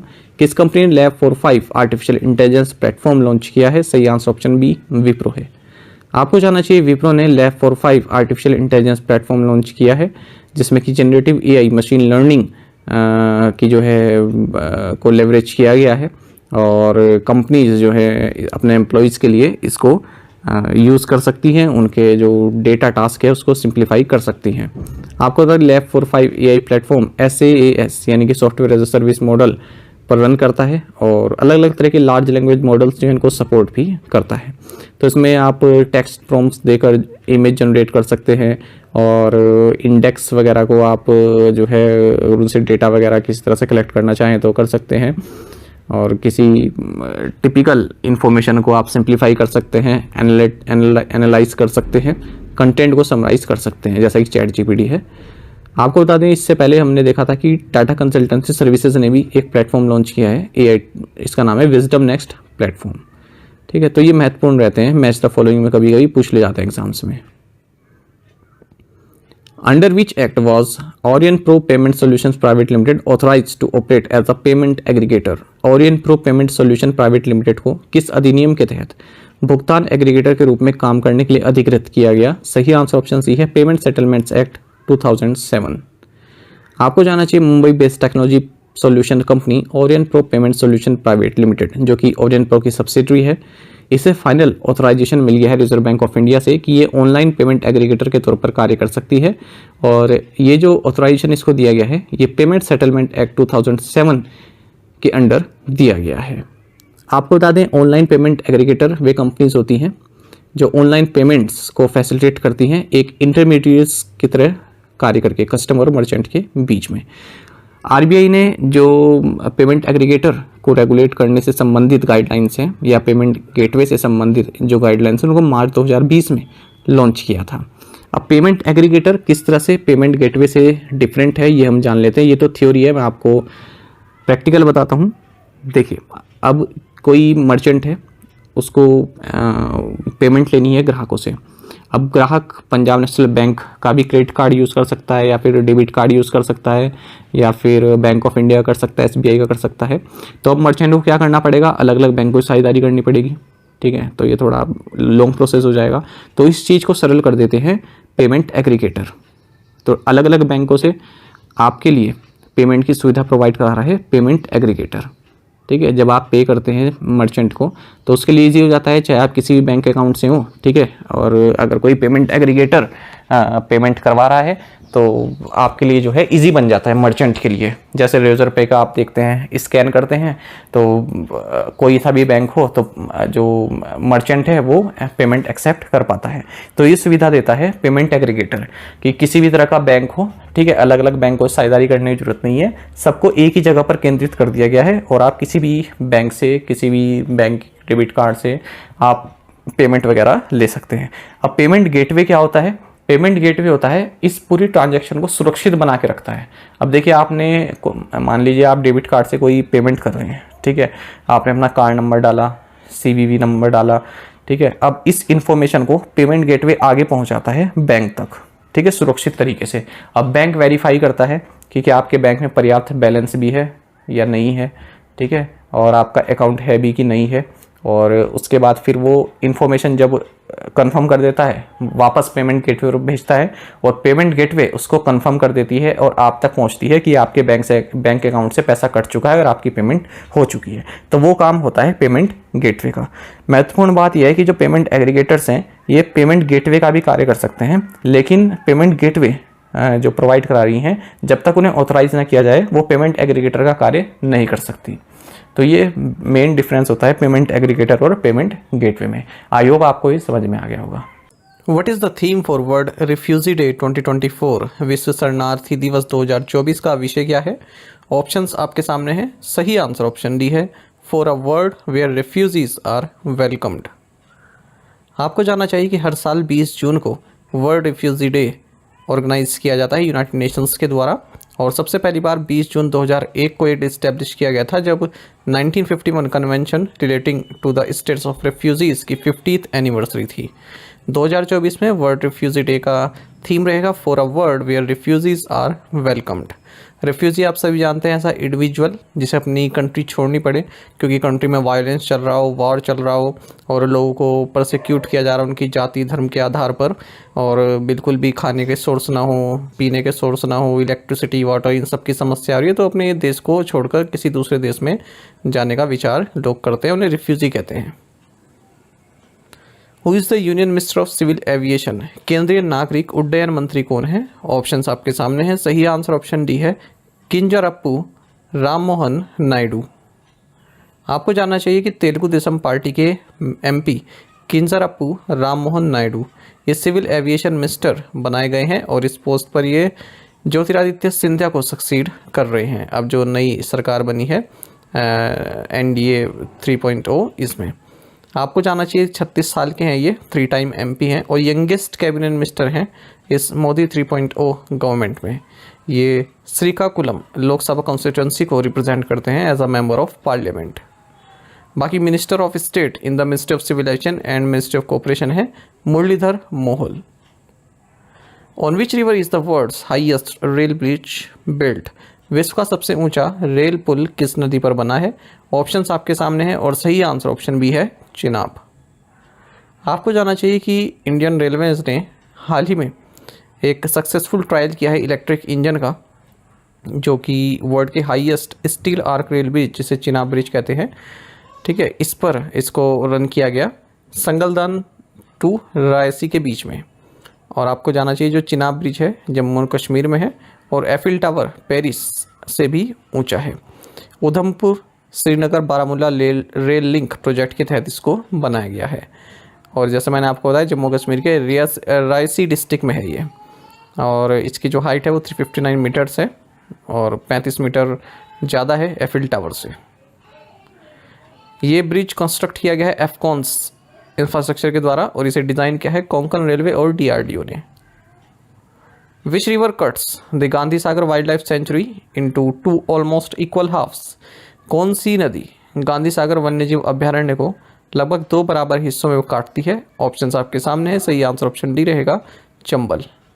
देखिए क्यों ये Gandhi Sagar wildlife century चर्चा में है, इसका रीज़न ये है कि हमारे देश में कूनो नेशनल पार्क के बाद अब दूसरा घर होने वाला है चीतास के लिए, वो होगा Gandhi Sagar wildlife century. Madhya Pradesh government ने अनाउंस किया है कि हमने पूरी तैयारी कर ली है और अब जो चीता है उनको Gandhi Sagar wildlife century में भी लाया जाएगा। अब तक कहाँ पर है? कूनो नेशनल पार्क में है। ये जो Gandhi Sagar wildlife century है ये 368.62 स्क्वायर किलोमीटर में फैली है और मंदसौर और नीमुच डिस्ट्रिक्ट जो है मध्य प्रदेश में, उसमें इसका पूरा एरिया आता है, राजस्थान के बॉर्डर से लगते हुए। आपको बता दें एक फ्लैट रॉकी प्लेटू पर ये स्थित है और चंबल रिवर इसके बिल्कुल बीचों बीच से गुजरती है, दो ऑलमोस्ट इक्वल हाफ्स में इसको कट करती है। What is the name of the Indian Air Force's first multinational air exercise to be held in August 2024? अगस्त 2024 में आयोजित होने वाले भारतीय वायुसेना के पहले बहुराष्ट्रीय हवाई अभ्यास का नाम क्या है? सही आंसर ऑप्शन सी रहेगा तरंग शक्ति 2024। देखिए इंडियन एयरफोर्स की फर्स्ट मल्टीनेशनल एयर एक्सरसाइज, इसका नाम तरंग शक्ति 2024 है। ये अगस्त में होने की संभावना है और लगभग 10 कंट्रीज इसमें पार्टिसिपेट करेंगी, कुछ ऑब्जर्वर कंट्रीज भी आएंगी। और ये एक्सरसाइज 2 फेजेस में होगी। फर्स्ट फेज़ में सदर्न इंडिया में होगी और सेकंड फेज़ में ये वेस्टर्न सेक्टर में होगी। आपको जानना चाहिए हाल ही में रेड फ्लैग एक्सरसाइज जिसे होस्ट किया है यूएस एयरफोर्स USAF के द्वारा 4 जून से 14 जून तक ये कंक्लूड हुई है एल्सन एयरफोर्स बेस अलास्का में। ये सेकंड एडिशन है इस रेड फ्लैग एक्सरसाइज का इस साल और ये एक्सरसाइज US एयरफोर्स एक साल में 4 बार होस्ट करती है। Who release the joint doctrine for cyber space operations? Cyber space संचालन के लिए जॉइंट डॉक्ट्रिन किसने जारी की? सही आंसर ऑप्शन बी है अनिल चौहान। आपको जानना चाहिए कि chief of defence staff general Anil Chauhan, इन्होंने joint doctrine for cyber space operations को रिलीज़ किया है हाल ही में, जब चीफ्स ऑफ स्टाफ कमेटी की मीटिंग हुई न्यू दिल्ली में। आपको बता दें ये जो डॉक्ट्रिन है ये काफ़ी इंपॉर्टेंट पब्लिकेशन है जो कमांडर्स को गाइड करेगा किस तरह से साइबर स्पेस ऑपरेशंस को कंडक्ट किया जाए आज के कॉम्प्लेक्स मिलिट्री ऑपरेशन इन्वायरमेंट में। बाकी लैंड, सी, एयर, ठीक है, ये सब वारफेयर तो जानते ही हैं, लेकिन साइबर स्पेस एक ऐसा क्षेत्र है जो काफ़ी क्रूशियल और चैलेंजिंग है मॉडर्न वारफेयर में। This doctrine lays emphasis on understanding military aspects of cyberspace operations and provides conceptual guidance to commanders, staff, and practitioners in the planning and the conduct of operations in cyberspace, as also to raise awareness in our warfighters at all levels. What is the name of the Internet of Things enabled integrated generator monitoring, protection and control system developed by the Army Design Bureau? Army design bureau द्वारा विकसित internet of things सक्षम एकीकृत generator निगरानी, सुरक्षा और नियंत्रक प्रणाली का नाम क्या है? सही आंसर ऑप्शन सी है विद्युत रक्षक। देखिए विद्युत रक्षक ये एक internet of things enabled integrated generator monitoring, protection and control system है। इसे डेवलप किया है आर्मी डिज़ाइन ब्यूरो ने और हाल ही में लॉन्च किया गया लेफ्टिनेंट जनरल उपेंद्र द्विवेदी के द्वारा। तो आपको बता दें जितने भी एग्जिस्टिंग जनरेटर्स हैं इंडियन आर्मी में उन सब के लिए अप्लाई होता है, किसी भी तरह के टाइप के हों, किसी भी तरह रेटिंग के हों, किसी भी एज के हों। और ये न केवल जनरेटर पैरामीटर्स को मॉनिटर करता है बल्कि कोई फॉल्ट हो जाए उसमें वो भी प्रिडिक्ट करता है, ऑटोमेटिक मैनुअल ऑपरेशन भी प्रोवाइड कराता है। What is the name of the first indigenously developed loitering munition delivered to the Indian Army? भारतीय सेना को सौंपे गए पहले स्वदेशी रूप से विकसित लॉइटरिंग म्यूनिशन का नाम क्या है? सही आंसर ऑप्शन डी है नागास्त्र 1।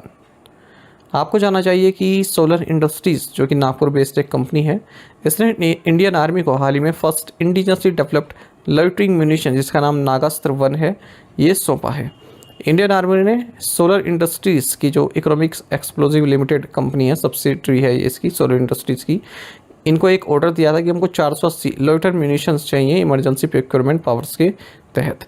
तो ये जो नागास्त्र है एक तरह के ड्रोन है और सुसाइड ड्रोन्स आप इनको कह सकते हैं क्योंकि ये टारगेट के ऊपर जाकर जो है मतलब ब्लास्ट कर जाते हैं, ठीक है, टारगेट को भी ख़त्म कर जाते हैं, खुद भी ख़त्म हो जाते हैं। और इसमें जो है केमिकेज मोड है जिसके तहत ये सर्च कर सकता है और डिस्ट्रॉय कर सकता है किसी भी टारगेट को उसके ऊपर क्रैश होकर। इसको नुब्रा वैली लद्दाख जो कि चाइना बॉर्डर के पास है, यहाँ पर टेस्ट किया गया। और 9 kg ड्रोन है ये, इसकी फ़्लाइट ड्यूरेशन 30 मिनट्स की है। 15 किलोमीटर तक की इसकी रेंज है, जो कि 30 किलोमीटर तक हो सकती है ऑटोनोमस मोड में। और काफ़ी लो साउंड जो है इससे एमिट होता है, जिसके कारण ये एनिमी की रडार में जो है अनडिटेक्टेड रहता है। Which country hosted the Paavo Nurmi games where India's Neeraj Chopra won gold medal in javelin throw event? किस देश ने पावो नुर्मी खेलों की मेजबानी की, जहां भारत की नीरज चोपड़ा ने भाला फेंक स्पर्धा में स्वर्ण पदक जीता? सही आंसर ऑप्शन ए रहेगा, फिनलैंड।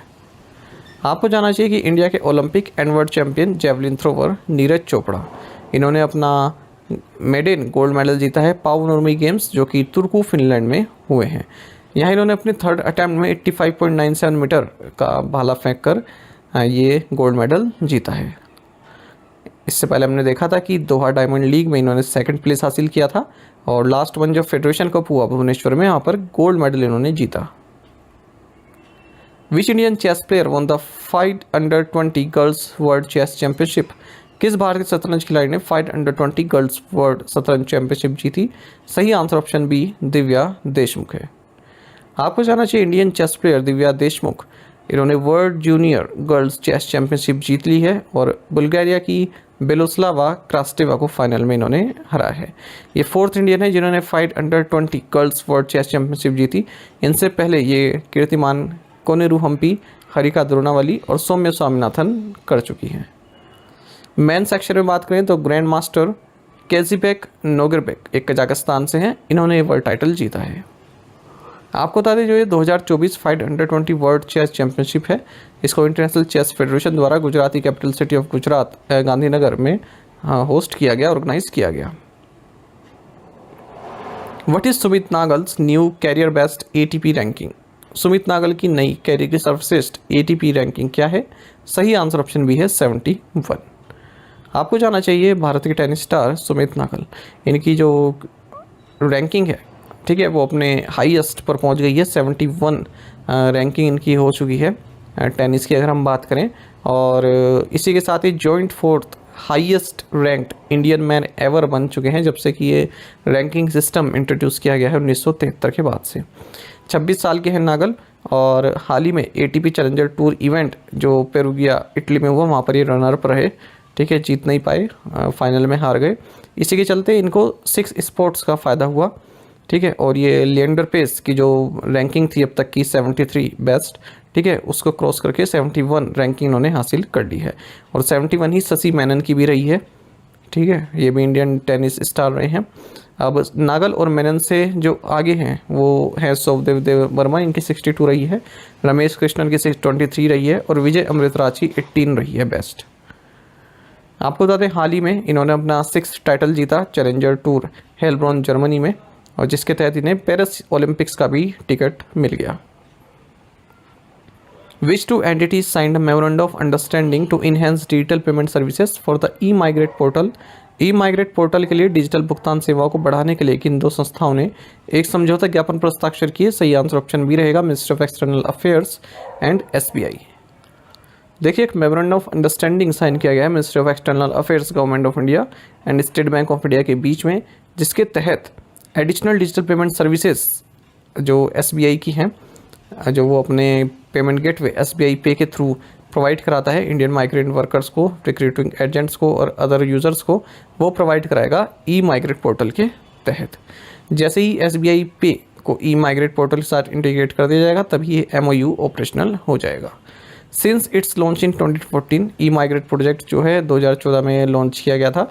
ये इंडियन वर्कर्स को असिस्ट कर रहा है जो इमिग्रेशन चेक रिक्वायर्ड कंट्रीज़ में जाते हैं एम्प्लॉयमेंट के लिए, और जो भी फॉरेन एम्प्लॉयर्स या फिर रजिस्टर आरए या फिर इंश्योरेंस कंपनीज जो प्रवासी भारतीय बीमा योजना इशू करती हैं, उनके लिए काफ़ी महत्वपूर्ण है इस पोर्टल पर रजिस्टर करना। Who has been selected as the next managing director of DFCCIL? DFCCIL के अगले प्रबंध निदेशक के रूप में किसे नियुक्त किया गया? सही आंसर ऑप्शन डी है, प्रवीण कुमार। देखिए पब्लिक एंटरप्राइजेस सिलेक्शन बोर्ड के पैनल ने प्रवीण कुमार को नेक्स्ट मैनेजिंग डायरेक्टर नियुक्त किया है DFCCIL का, और इस पोस्ट पर ये रविंद्र कुमार जैन को सक्सीड कर रहे हैं। जो ये DFCCIL है यानी कि dedicated freight corridor corporation of India limited, ये एक PSU है जो कि मिनिस्ट्री ऑफ रेलवेज के तहत आती है। इसका हेडक्वार्टर्स न्यू दिल्ली में है। जो भी डेडिकेटेड फ्रेट कॉरिडोर्स हैं उनकी maintenance, operation, construction, financial resources का मोबिलाइजेशन, ये सभी DFCCIL देखती है। The new postal law, the post office act 2023 became effective from which date? नया डाक कानून, डाकघर अधिनियम 2023 किस तारीख से प्रभावी हुआ? ऑप्शंस आपके सामने है। सही आंसर ऑप्शन सी है 18 जून 2024। देखिए, सेंट्रल गवर्नमेंट ने एक नोटिफिकेशन इशू कर दिया है और कहा है कि पोस्ट ऑफिस एक्ट 2023 18 जून 2024 से इफेक्टिव हो चुका है, लागू हो चुका है। आपको बता दें, इस बिल को पार्लियामेंट में पास किया गया था 18 दिसंबर 2023 को, और ये bill India post office act 1898 को रिप्लेस कर रही है। और ये जब ये एक्ट बन गया, मतलब प्रेसिडेंट ऑफ इंडिया की जो असेंट इसको मिली, ठीक है, वो मिली 24 दिसंबर 2023 को। ये एक्ट इंडिया पोस्ट को रेगुलेट करता है। इसमें क्या है कि इंडिया पोस्ट को हेड करने के लिए एक director general of postal services की अपॉइंटमेंट की जाएगी, और ये जो है जो भी रेगुलेशंस है अलग अलग मैटर्स पर, चाहे वो टैरिफ फॉर सर्विसेज हो या फिर सप्लाई ऑफ पोस्टल स्टाम्प्स हो, ये सभी का अधिकार डायरेक्टर जनरल के पास रहेगा। गवर्नमेंट के पास ये अधिकार रहेगा कि वो किसी भी कोई भी पार्सल जा रहा है उसको इंटरसेप्ट कर सकती है, ठीक है, देश की सिक्योरिटी को देखते हुए, ठीक है, कोई पार्सल है उसको इंटरसेप्ट करके दे सकती है कि उसमें क्या है। अच्छा, इंडिया पोस्ट के ऊपर कोई भी लायबिलिटी नहीं है अपनी सर्विसेज के लिए, ठीक है, किसी भी तरह की जिम्मेदारी इसके ऊपर नहीं डाली जा सकती, responsibility. No penal provision has been prescribed in the act, तो किसी भी जिम्मेदारी से फ्री रखा गया है इंडिया पोस्ट को।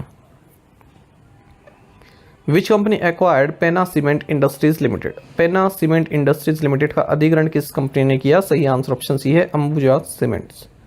देखिए, अंबुजा सीमेंट्स जो कि सब्सिडरी है अडानी ग्रुप की, इसने एक बाइंडिंग एग्रीमेंट साइन किया है जिसके तहत पेना सीमेंट इंडस्ट्रीज़ को एक्वायर कर रहा है 10,422 करोड़ रुपए में। 100% शेयर PCIL के इसने एक्वायर किए हैं P Pratap Reddy and family से। What is India's rank on the 2024 environment performance index EPI? 2024 पर्यावरण प्रदर्शन सूचकांक पर भारत की रैंक क्या है? सही आंसर ऑप्शन सी है 176।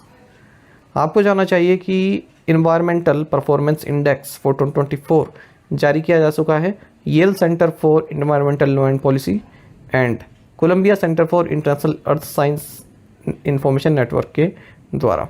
इस इंडेक्स को लीड कर रहा है एस्टोनिया। आपको बता दें, इसने 1990 के लेवल से अगर अब तक देखें तो ग्रीन हाउस गैस एमिशन को 59% तक रिड्यूस किया है। दूसरे नंबर पर लक्समबर्ग है, तीसरे पर जर्मनी, फिनलैंड चौथे पर है और पांचवें पर है United kingdom. Vietnam last number पर है 180 पर। इस रिपोर्ट में ये भी बताया गया है 2050 तक नेट ज़ीरो अचीव करने के लिए जो ग्रीन हाउस गैस का एमिशन जो पर्याप्त मात्रा से कट किया जा रहा है उसमें केवल 5 कंट्रीज आगे हैं, Estonia, Finland, Greece, Timor Leste and United Kingdom. ये बताया गया है कि अगर हम 8 रीजन्स की बात करें पूरे वर्ल्ड में तो उनमें सब सहारन अफ्रीका और सदर्न एशिया ये लोवेस्ट हैं, ठीक है, अगर हम ग्रीन हाउस गैस एमिशन की बात करें रीजन वाइज। बात करते हैं भारत की, तो 180 कंट्रीज में भारत की रैंक 176 है, 27.6 पॉइंट्स हैं भारत के, और भारत केवल पाकिस्तान, वियतनाम, लाओस और म्यांमार से ऊपर है। Air quality, emissions and biodiversity conservation में भारत ने बहुत ही पुअर परफॉर्म किया है, क्योंकि कोल पर भारत का बहुत रिलायंस है ना, और कोल आप सभी जानते हैं ग्रीन हाउस गैस एमिशंस में और एयर पोल्यूशन लेवल में काफ़ी कंट्रीब्यूशन करता है। इंडिया की रैंक 177 है, एयर क्वालिटी में 172 है, प्रोजेक्टेड एमिशंस बाय 2025 में। साउथ एशिया में इंडिया लार्जेस्ट एमिटर है ट्रांसबाउंडरी पोल्यूशन का। बाकी आप जानते हैं ग्रीन हाउस गैसेस के मामले में भारत 3rd लार्जेस्ट एमिटर है, चाइना और यूनाइटेड स्टेट्स के बाद। अच्छा, भारत की जो रैंक अच्छी है वो क्लाइमेट चेंज कैटेगरी में है, 133rd है इसकी, क्योंकि रिन्यूएबल एनर्जी प्रोजेक्ट्स में काफ़ी इन्वेस्टमेंट हो रही है भारत में, और 2070 तक हम नेट जीरो एमिशन प्राप्त करना चाहते हैं। हालांकि इसके लिए $160 बिलियन एनुअली जो है हमें चाहिए होगा। अगर हम इस इन्वायरमेंट परफॉर्मेंस इंडेक्स की बात करें तो ये एक बाइनियल इंडेक्स है। इनिशियली इसको वर्ल्ड इकोनॉमिक फोरम द्वारा लॉन्च किया गया था 2002 में, ठीक है, तब नाम था इसका इन्वायरमेंटल सस्टेनेबिलिटी इंडेक्स। तो इसमें जो है जो देश हैं, अलग अलग देश हैं, उनके क्या एफर्ट्स रहे हैं कि वो अपने एनवायरनमेंट पॉलिसी टारगेट्स को अचीव कर रहे हैं, जो UN sustainability goals, Paris climate change agreement और क्यूमिंग मॉन्ट्रियल ग्लोबल बायोसिटी फ्रेमवर्क में बताए गए हैं। ठीक है, तो उनको कितना जो है मीट कर रहे हैं उसके हिसाब से रैंकिंग दी जाती है। जो 2024 का एनवायरनमेंट परफॉर्मेंस इंडेक्स है, इसमें 58 परफॉर्मेंस इंडिकेटर्स हैं, 11 इश्यूज़ कैटेगरीज हैं और 3 पॉलिसी ऑब्जेक्टिव्स हैं। ये है इन्वायरमेंटल हेल्थ, इकोसिस्टम विटालिटी और क्लाइमेट चेंज। बाकी आपको जाना चाहिए इसमें जो ये EPI टीम है ये 0 से 100 के स्केल में वर्स्ट टू बेस्ट परफॉर्मेंस देती है कंट्रीज़ को। What is the theme for the International Day of Yoga in 2024? 2024 में अंतर्राष्ट्रीय योग दिवस का विषय क्या है? ऑप्शंस आपके सामने हैं। सही आंसर ऑप्शन डी रहेगा, yoga for self and society. आपको जानना चाहिए कि हर साल 21 जून को international day of yoga celebrate किया जाता है। योगा डे का जो इनिशिएटिव है ये इंडिया के प्राइम मिनिस्टर नरेंद्र मोदी द्वारा 2014 में UN को संबोधन में किया गया था। 11 दिसंबर 2014 को यूनाइटेड नेशंस ने डिक्लेयर किया कि 21 जून को हर साल international day of yoga celebrate किया जाएगा और पहला इंटरनेशनल योगा डे 21 जून 2015 को सेलिब्रेट किया गया। तो इसमें अंतर है। अगर आपसे पूछें कि पहला इंटरनेशनल योगा डे किस वर्ष सेलिब्रेट किया गया तो आंसर होगा 2015, और कब यूनाइटेड नेशन ने प्रोक्लेम किया कि किस जून को इंटरनेशनल डे ऑफ योगा मनाया जाएगा तो आंसर होगा 2014। तो इस तरह से इस साल ये 10वां इंटरनेशनल डे ऑफ योगा है। 2024 में थीम रहेगा yoga for self and society. आपको जाना चाहिए योगा जो शब्द है ये संस्कृत से ड्राइव होता है और इसका मतलब है टू जॉइन और टू यूनाइट, एक होना, यानी कि जो बॉडी है उसका कंसाइजनेस के साथ एक होना। The central council for research in yoga and naturopathy, इसने एस व्यासा जो कि एक डीम्ड टू यूनिवर्सिटी है इसके साथ मिलकर yoga for space conference organise की है एस व्यासा यूनिवर्सिटी बेंगलुरु में। When is the International Day of the Celebration of the Solstice is celebrated? International Day of the Celebration of the Solstice कब मनाया जाता है? सही आंसर ऑप्शन सी रहेगा, जून 21। आपको जानना चाहिए कि 21 जून को ही international day of the celebration of the solstice मनाया जाता है। सोल्स्टिस वो इवेंट होता है जब सन या तो अपने मोस्ट नदर्न पॉइंट पर या फिर मोस्ट सदर्न पॉइंट पर पहुंच जाता है, अगर हम इक्वेटर के सापेक्ष में उसको देखें। तो इस तरह से दो सोल्स्टिस होते हैं एनुअली। एक तो होता है 21 जून को जिसे हम समर सोल्स्टिस बोलते हैं, लॉन्गेस्ट डे होता है पूरे साल भर का। दूसरा होता है 21 दिसंबर को जिसे हम विंटर सोल्स्टिस बोलते हैं और ये शॉर्टेस्ट डे होता है पूरे साल का। वहीं इक्विनॉक्स भी एक टर्म होता है, आपने सुना होगा। तो जो हमारा विजिबल सन है, ठीक है, वो जब इक्वेटर के डायरेक्टली अबव होता है तो उसको बोलते हैं हम इक्विनॉक्स। तो ये भी 2 बार होता है, एक तो 20 मार्च को स्प्रिंग इक्विनॉक्स इसको बोलते हैं और स्प्रिंग की शुरुआत होती है। दूसरा होता है 23 सितंबर को, इसे बोलते हैं ऑटोमनल इक्विनॉक्स, जब ऑटम की शुरुआत होती है। बाकी इक्विनॉक्स आपको जानना चाहिए कि ये वही समय है जब सोलर टर्मिनेटर मतलब नाइट और डे के बीच की जो लाइन है, ठीक है, वो इक्वेटर से परपेंडिकुलर रहती है और इसी के साथ क्या होता है, डे टाइम और नाइट टाइम अप्रोक्सीमेटली इक्वल रहता है। Who is the union minister of tribal affairs, जनजातीय मामलों के केंद्रीय मंत्री कौन है? सही आंसर ऑप्शन ए है, ज्वेल ओरम। देखिए ज्वेल ओरम, इन्होंने union minister for tribal affairs का चार्ज या कार्यभार संभाला है। ज्वेल ओरम की अगर हम बात करें तो ये 12वीं, 13वीं, 14वीं, 16वीं और 17वीं लोकसभा में चयनित हुए सुंदरगढ़ कॉन्स्टिट्यूंसी उड़ीसा से, ठीक है, 1998 से चयनित होते आ रहे हैं और अब 18वीं जो लोकसभा है उसमें भी सुंदरगढ़ कॉन्स्टिट्यूंसी से ही चुनकर आई है। आपको बता दिए first union minister for tribal affairs रहे हैं 13 अक्टूबर 1999 के टाइम पर, जब प्राइम मिनिस्टर श्री अटल बिहारी वाजपेयी जी की सरकार थी। Name the West Indies batter who equalled Yuvraj Singh record of scoring 36 runs in an over in a T20 game. West Indies के उस बल्लेबाज का नाम बताइए जिसने T20 में एक ओवर में 36 रन बनाने के युवराज सिंह के रिकॉर्ड की बराबरी की। सही आंसर ऑप्शन डी रहेगा, निकोलस पूरन। आपको जानना चाहिए वेस्ट इंडीज के जो बैट्समैन है निकोलस पूरन, इन्होंने 36 रन बनाए हैं एक ओवर में। ये ओवर डाला गया अजमतुल्ला उमरजाई के द्वारा, ठीक है, अफगानिस्तान के बॉलर हैं और T20 वर्ल्ड कप मैच चल रहा था अफगानिस्तान और वेस्ट इंडीज के बीच में, तभी ये रिकॉर्ड बनाया। इसमें वेस्ट इंडीज ने अफगानिस्तान को 104 रन से हरा दिया था। तो इसी तरह से पूरन ने जो इंडिया का रिकॉर्ड है 2007 में जो हमारे बैट्समैन युवराज सिंह ने सेट किया था, 6 छक्के मारे थे इंग्लैंड के अगेंस्ट 6 बॉल पर, उसकी बराबरी कर ली है। हालांकि ये जो निकोलस पूरन वाला जो मामला है इसमें सारी बॉल्स ऐसा नहीं है कि 6 के लिए गई हैं, पर यह है कि 36 रन इसमें निकल के आए हैं पूरे ओवर में। एक और रिकॉर्ड आपको जाना चाहिए, पाकिस्तान के जो स्कीपर हैं या कप्तान हैं बाबर आजम, इन्होंने MS धोनी को पीछे छोड़ दिया है।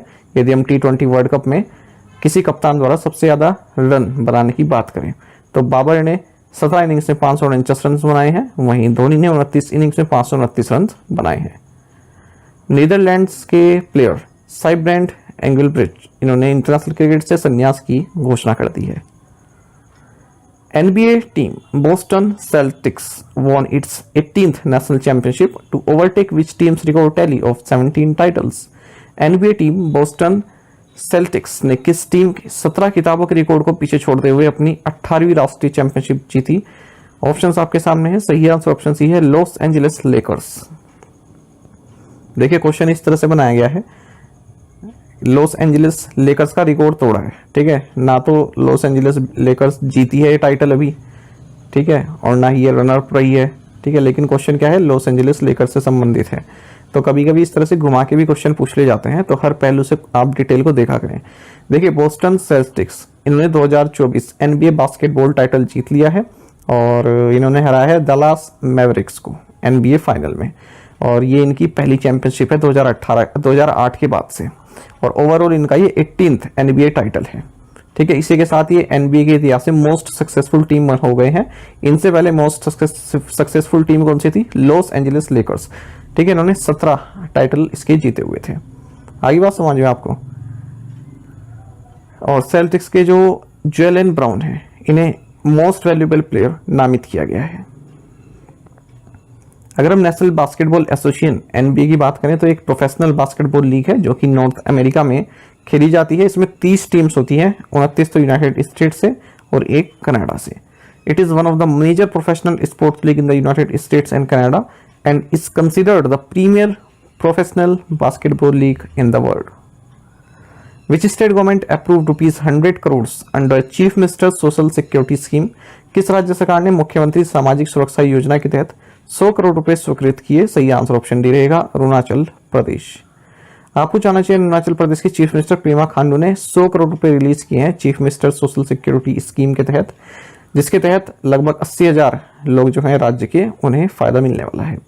तो जो ये chief minister social security scheme है, ठीक है, ये पेंशन प्रोवाइड कराती है जो भी एल्डरली पर्सन है, 60 साल से ऊपर के हैं या विडोज हैं या फिर दिव्यांगजन हैं, डिफरेंटली एबल्ड हैं। 2019 में इसकी शुरुआत की गई थी और जो पैसा है ये डायरेक्ट बेनिफिशरीज के अकाउंट में जाता है DBT के through. Who authored the book A Fly on the RBI Wall and Insider's View of the Central Bank? A Fly on the RBI Wall and Insider's View of the Central Bank पुस्तक किसने लिखी है? सही answer option D है, अल्पना कीरावाला। देखिए अल्पना कीलावाला, इन्होंने एक पुस्तक लिखी जिसका टाइटल है अ fly on the RBI wall and Insiders view of the central bank. महत्वपूर्ण बुक रहेगी ये। और बुक्स देख लेते हैं जो चर्चा में रही। इंडियन क्रिकेटर रविचंद्रन अश्विन ने अपनी ऑटोबायोग्राफी लिखी है सिद्धार्थ मोंगा के साथ मिलकर, इसका टाइटल है आई हैव द स्ट्रीट्स अ कुटी क्रिकेट स्टोरी। इंडियाज ओडिसी, ये लिखी है प्रताप सिंह ने। लेट्स टॉक लेगेसी, इसको लिखा है मोनिका हालन ने। At the heart of power लिखा है श्यामलाल यादव ने। इंडिया स्ट्रीट पॉलिसी लिखा है अरविंद पनागड़िया ने। ये महत्वपूर्ण रहेगी वाली book, India street policy. Which country hosted the world para athlete grand prix where Saurabh Sharma won gold? किस देश ने विश्व पैरा एथलीट ग्रां प्री की मेजबानी की जहां भारत के सौरभ शर्मा ने स्वर्ण पदक जीता? सही आंसर ऑप्शन डी रहेगा, स्विट्जरलैंड। देखिए सौरभ शर्मा जो कि एथलीट है हिमाचल प्रदेश के हमीरपुर डिस्ट्रिक्ट से, इन्होंने 2 गोल्ड मेडल जीते हैं world para athlete grand pre में जो कि नॉटविल सिटी स्विट्जरलैंड में आयोजित हुए। तो यहाँ पर शर्मा ने इंडियन टीम को रिप्रेजेंट किया है T12 कैटेगरी में। What position was Ashish Kumar Das appointed to in NITI Aayog? आशीष कुमार दास को नीति आयोग में किस पद पर नियुक्त किया गया है? सही आंसर ऑप्शन ए रहेगा, डायरेक्टर। देखिए आशीष कुमार दास जो कि 2008 बैच के इंडिया ट्रेड सर्विसेज ऑफिसर हैं, इन्हें नीति आयोग में डायरेक्टर के तौर पर नियुक्त किया गया है under the central staffing scheme for 4 years. NITI Aayog यानी कि national institution for transforming India, ये पब्लिक पॉलिसी थिंक टैंक है गवर्नमेंट ऑफ इंडिया का। 1 जनवरी 2015 को इसकी स्थापना की गई थी एनडीए गवर्नमेंट द्वारा। प्लानिंग कमीशन को इसने रिप्लेस किया। नीति आयोग काउंसिल में स्टेट चीफ मिनिस्टर्स और chief ministers of Delhi and Puducherry, lieutenant governors of all UTs and a vice chairman, जिसे प्राइम मिनिस्टर द्वारा नॉमिनेट किया जाता है, सभी शामिल रहते हैं। चेयरपर्सन नरेंद्र मोदी हैं, वाइस चेयरपर्सन सुमन बेरी हैं, सीईओ हैं BVR Subrahmanyam. What is the name of the new dinosaur species recently discovered in Zimbabwe? हाल ही में जिम्बाब्वे में खोजी गई नई डायनासोर प्रजाति का नाम क्या है? सही आंसर ऑप्शन डी है मुसांक्वा सानियाटिंसिस। देखिए हाल ही में साइंटिस्ट ने एक नई डायनासोर स्पीसीज जिसका नाम मुसांक्वा सानियाटिंसिस है, इसके फॉसिल्स डिस्कवर किए हैं लेक करीबा के तट पर जिम्बाब्वे में, और 390 kg का बताया जा रहा है, और जो स्वैम्पी एरियाज होता है, ठीक है, वहाँ पर ये रहे करते थे। डायनासोर आप सभी जानते हैं रेप्टाइल्स ग्रुप में आते हैं। 243 से 233 मिलियन ईयर्स एगो इनका अस्तित्व रहा, पहले इनका अस्तित्व रहा जब जुरासिक या फिर क्रिटेशियस पीरियड्स जब हुआ करता था उस वक्त। Which country's scientists recently discovered new pattern of solar rotation by using CHASE satellite? हाल ही में किस देश के वैज्ञानिकों ने चेस सैटेलाइट का उपयोग करके सौर घूर्णन के नए पैटर्न की खोज की? सही आंसर ऑप्शन बी चाइना है। देखिए चाइनीज साइंटिस्ट ने एक सिग्निफिकेंट ब्रेक थ्रू हासिल किया है सोलर रिसर्च में, और वो भी किसके थ्रू? इनकी जो सोलर एक्सप्लोरेशन सैटेलाइट है Chinese H alpha solar explorer जिसे चेस कहते हैं, इसके द्वारा। तो अब इससे क्या है, जो सोलर एटमॉस्फेरिक रोटेशन है उसका नया पैटर्न डिस्कवर किया गया है। इन्होंने सक्सेसफुली एक प्रिसाइज 3 डायमेंशनल रिप्रेजेंटेशन जो है जनरेट किया है सोलर एटमॉस्फेरिक रोटेशन का पहली बार। What is the name of the anti drug drive initiated by the Punjab police in Fazilka district? Fazilka जिले में पंजाब पुलिस द्वारा शुरू किए गए नशा विरोधी अभियान का नाम क्या है? सही आंसर ऑप्शन बी है मिशन निश्चय। देखिए पंजाब पुलिस ने बॉर्डर सिक्योरिटी फोर्स के साथ मिलकर और विलेज डिफेंस कमिटीज के साथ मिलकर फाजिलका डिस्ट्रिक्ट जो है पंजाब में, यहाँ पर एक हफ्ते का कैंपेन जो है चालू किया है ड्रग्स के अगेंस्ट। तो यहाँ पर जो 42 विलेज हैं जो इंडिया पाकिस्तान बॉर्डर के पास हैं, तो यहाँ के रेजिडेंट से पूछताछ की जा रही है, ठीक है, और पूछा जा रहा है कि किस तरह की डिमांड एंड सप्लाई यहाँ पर ड्रग्स की होती है, और इस ड्राइव का नाम दिया है मिशन निश्चय। द 10th edition of the Malabar river festival be held in which state? Malabar नदी महोत्सव का 10वां संस्करण किस राज्य में आयोजित किया जाएगा? सही आंसर ऑप्शन ए है केरल। देखिए 10th edition of Malabar river festival ये कोझिकोड केरल में आयोजित किया जाएगा, और Kerala adventure tourism promotion society द्वारा ऑर्गेनाइज किया जाता है। इसमें international white water kayaking championship भी होती है, जिसमें एक्सट्रीम रेस, वाटर क्रॉस और जायंट स्लालोम भी आयोजित किया जाता है। What organization named Maharashtra farmer Siddhesh Sakore as a land hero? किस ऑर्गेनाइजेशन ने महाराष्ट्र के किसान सिद्धेश साकोरे को भूमि नायक का नाम दिया? सही आंसर ऑप्शन सी है UNCCD। देखिए सिद्धेश साकोरे जो कि एक फार्मर हैं और फाउंडर हैं एग्रो रेंजर्स के, महाराष्ट्र से आते हैं, इन्हें लैंड हीरो बताया गया है United Nations convention to combat desertification यानी कि UNCCD के द्वारा। और किस मौके पर? अभी 17 जून को world desertification and road day मनाया गया। उसी मौके पर UNCCD ने पूरे विश्व में 10 लैंड हीरोज के नाम घोषित किए हैं बोन जर्मनी में आयोजित एक कार्यक्रम के दौरान। आपको एक महत्वपूर्ण न्यूज़ ये जाननी चाहिए कि United Nations convention to the combat desertification यानी कि यही UNCCD, इससे संबंधित जो 16 सेशन होने वाला है conference of the parties COP16, ये इस साल के अंत में रियाद सऊदी अरब में होगा। अगर हम इस एजेंसी की बात करें UNCCD की, ठीक है, तो ये इकलौता ऐसा कन्वेंशन है जो कि रियो कॉन्फ्रेंस का जो एजेंडा 21 है, ठीक है, वहां से निकल कर आया है, और इसको अडॉप्ट किया गया पेरिस फ्रांस में 17 जून 1994 को, और लागू कब किया गया? दिसंबर 1996 को। ये इकलौती ऐसी लीगली बाइंडिंग फ्रेमवर्क है जो डिजर्टिफिकेशन संबंधित है। 197 पार्टीज हैं इसमें, और इब्राहिम थियो ये under secretary general and executive secretary हैं इस एजेंसी के। इस एजेंसी का परमानेंट सेक्रेटेरिएट बोन जर्मनी में स्थित है। Which company partnered with Tamil Nadu to empower youth with IT skills? युवाओं को IT कौशल से सशक्त बनाने के लिए किस कंपनी ने तमिलनाडु के साथ साझेदारी की है? सही आंसर ऑप्शन बी है ओरेकल। देखिए ओरेकल ने तमिलनाडु स्किल डेवलपमेंट कॉर्पोरेशन के साथ पार्टनरशिप की है, जिसके तहत जो स्टेट के जो यूथ हैं उन्हें IT स्किल्स दिए जाएंगे ताकि एम्प्लॉयमेंट अपॉर्चुनिटीज उनकी बढ़ सके। The student will be trained and certified on modern technologies from Oracle including cloud, data science, artificial intelligence, machine learning and blockchain. Oracle corporation की बात करें, एक American multinational computer technology company है। इसका headquarters Austin Texas United States में है। What percentage stake did Zurich insurance acquire in Kotak Mahindra general insurance? Zurich insurance ने Kotak Mahindra general insurance में कितनी प्रतिशत हिस्सेदारी हासिल की? सही आंसर ऑप्शन सी रहेगा 70%। देखिए ज्यूरिक इंश्योरेंस ने 70% स्टेक हासिल की है कोटक महिंद्रा जनरल इंश्योरेंस में। 5560 करोड़ रुपए की ये डील रही है और किससे हासिल की है? कोटक बैंक से। इसी डील के साथ अब ज्यूरिक जो है ये फर्स्ट फॉरेन इश्यूअर बन गया है जो इंडिया में एंटर किया है। Since FDI rules were amended to allow up to 74% foreign ownership in 2021 from 49%। पहले क्या था, कोई भी जो फॉरेन कंपनी है या फॉरेन इंश्योरेंस कंपनी है वो 49% तक एक्वायर कर सकती थी देश की जो हमारी कंपनी है, लेकिन अब एफडीआई रूल्स को अमेंड किया गया, 74% कर दिया गया। तो उसके बाद से पहली कंपनी है जो इस तरह का इन्वेस्टमेंट कर रही है 70% तक का। एक्सिस बैंक ने हाल ही में एडिशनल इक्विटी शेयर्स हासिल किए हैं मैक्स लाइफ इंश्योरेंस कंपनी में, ठीक है। और अब इनकी जो टोटल होल्डिंग्स हो गई है मैक्स लाइफ इंश्योरेंस कंपनी में वो 19.99% हो गई है, 19.02% से बढ़कर। भारतीय एयरटेल ने 1% स्टेक हासिल किए हैं इंडस टावर्स में, ठीक है, और 1% स्टेक हासिल किए इंडस टावर्स में, जिसके तहत अब इनकी जो इसमें होल्डिंग्स है वो 48.95% पहुंच चुकी है भारतीय एयरटेल की इंडस टावर्स में।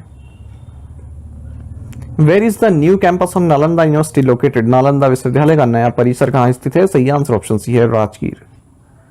देखिए प्राइम मिनिस्टर नरेंद्र मोदी ने नालंदा यूनिवर्सिटी के नए कैंपस को इनोग्रेट किया है बिहार के जो नालंदा डिस्ट्रिक्ट में राजगीर आता है इस जगह पर। अरविंद पनागड़िया आपको जानना चाहिए, चांसलर हैं नालंदा यूनिवर्सिटी के। ये यूनिवर्सिटी इंडिया और ईस्ट एशिया समिट में जो कंट्रीज होती हैं उनके बीच एक कोलेब्रेशन है, उन सभी के सहयोग से बनाया गया है और लगभग 17 कंट्रीज के जो हेड ऑफ मिशंस हैं उनके द्वारा इस इनोग्रेशन सेरेमनी को अटेंड किया गया है। साथ ही प्राइम मिनिस्टर ने एक सैपलिंग को भी प्लांट किया है। ये कैंपस एक नेट जीरो ग्रीन कैंपस है। यहाँ पर सेल्फ सस्टेनेबल जो है सुविधाएं हैं, जैसे सोलर प्लांट है, domestic and drinking water treatment plant है, वाटर रिसाइकलिंग प्लांट है फॉर रीयूजिंग वेस्ट वाटर, 100 एकड़ की वाटर बॉडीज हैं और भी कई सारी इन्वायरमेंट फ्रेंडली फैसिलिटीज हैं। कैंपस के अंदर कोई व्हीकल नहीं जा सकता, या तो पैदल जाइए या फिर आप साइकिल का यूज कीजिए, स्टूडेंट हो या प्रोफेसर हो कोई भी हो। जो ओरिजिनल नालंदा यूनिवर्सिटी हुआ करती थी 1600 साल पहले की बात है और ये तब वर्ल्ड में फर्स्ट रेजिडेंशियल यूनिवर्सिटी के तहत आती थी और गुप्ता एम्पायर द्वारा इसको इस्टेब्लिश किया गया था किंग कुमार गुप्ता वन के द्वारा। और जो इसके रूइंस हैं नालंदा यूनिवर्सिटी के, इनको यूएन हेरिटेज साइट डिक्लेयर किया गया 2016 में। Where is the Vadhavan port project located? पूछने की वाधावन बंदरगाह परियोजना कहाँ स्थित है? सही आंसर ऑप्शन डी है महाराष्ट्र। आपको जानना चाहिए कि यूनियन गवर्नमेंट ने 76,200 करोड़ रुपए के बजट से तैयार होने वाले all weather greenfield deep draft major port के डेवलपमेंट को मंजूरी दे दी है। ये जो डीप ड्राफ्ट मेजर पोर्ट आने वाला है ये वाधावन महाराष्ट्र में बनने वाला है और इस प्रोजेक्ट को कंस्ट्रक्ट किया जाएगा वाधावन पोर्ट प्रोजेक्ट लिमिटेड और महाराष्ट्र मैरीटाइम बोर्ड के द्वारा। जो ये वाधावन पोर्ट प्रोजेक्ट लिमिटेड है ये एक स्पेशल पर्पस व्हीकल है जिसे जवाहरलाल नेहरू पोर्ट अथॉरिटी द्वारा तैयार किया गया है। तो इसमें जो वाधावन पोर्ट प्रोजेक्ट लिमिटेड है उसका जो शेयर होल्डिंग होगी वो 74% होगी, वहीं महाराष्ट्र मैरीटाइम बोर्ड की 26% शेयर होल्डिंग होने वाली है। और ये जो वाधावन पोर्ट है इसको all weather greenfield deep draft major port के तौर पर बनाया जाएगा वाधावन पालघर डिस्ट्रिक्ट महाराष्ट्र में। जब भी कोई प्रोजेक्ट ग्रीनफील्ड के तौर पर तैयार किया जाता है इसका मतलब उसको फ्रॉम द स्क्रैच डेवलप किया जा रहा है। ऐसा नहीं है कि मान लीजिए कोई एयरपोर्ट है, ठीक है, तो एक होता है ग्रीनफील्ड एयरपोर्ट, एक होता है ब्राउनफील्ड एयरपोर्ट। ब्राउनफील्ड का मतलब पहले से ही कुछ स्ट्रक्चर वहाँ पर है, ठीक है, उसको सही करके एयरपोर्ट दोबारा बना जा रहा है। ग्रीनफील्ड क्या होता है, दोबारा से ज़मीन ली है बिल्कुल, है ना, और बिल्कुल न्यू रखी गई है तब उसको तैयार किया जा रहा है, उसको बोलते हैं ग्रीनफील्ड एयरपोर्ट या greenfield project. Who is the union minister of women and child development? केंद्रीय महिला एवं बाल विकास मंत्री कौन है? ऑप्शंस आपके सामने है। सही आंसर ऑप्शन ए है अन्नपूर्णा देवी। आपको जानना चाहिए कि union minister of women and child development Annapurna Devi ने अपना कार्यभार संभाल लिया है as a minister of women and child development. आपको जानना चाहिए मेंबर ऑफ पार्लियामेंट है लोकसभा में कोदरमा झारखंड से। साथ ही सावित्री ठाकुर ये यूनियन मिनिस्टर ऑफ स्टेट हैं इन the ministry of women and child development. देखिए मैं आपको डेली एक क्वेश्चन ये ज़रूर कराता हूँ यूनियन मिनिस्टर वाला, ठीक है, क्योंकि अगर आप एक साथ पढ़ेंगे तो थोड़ा कन्फ्यूजन हो जाता है, याद नहीं रहता है। तो डेली मैं आपको एक एक मिनिस्टर कवर करवा रहा हूँ, तो आप साथ साथ इसको याद रखते जाइए। Who headed the one-man committee that made recommendations regarding caste indicators in Tamil Nadu schools? Tamil Nadu के स्कूलों में जाति संकेतकों के संबंध में सिफारिशें करने वाली एक सदस्य समिति की अध्यक्षता किसने की? सही आंसर ऑप्शन ए रहेगा, जस्टिस के चंद्रू।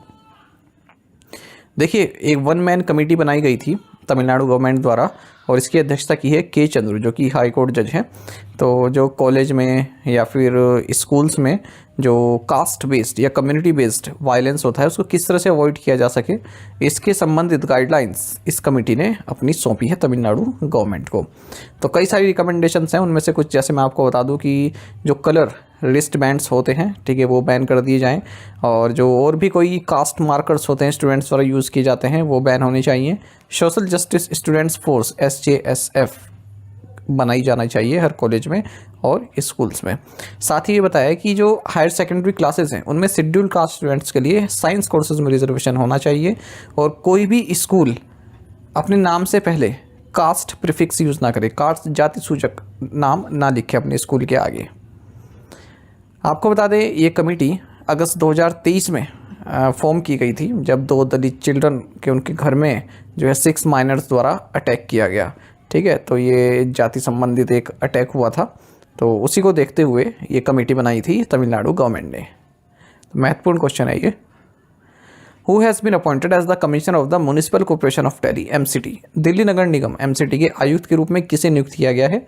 सही आंसर ऑप्शन डी है, अश्विनी कुमार।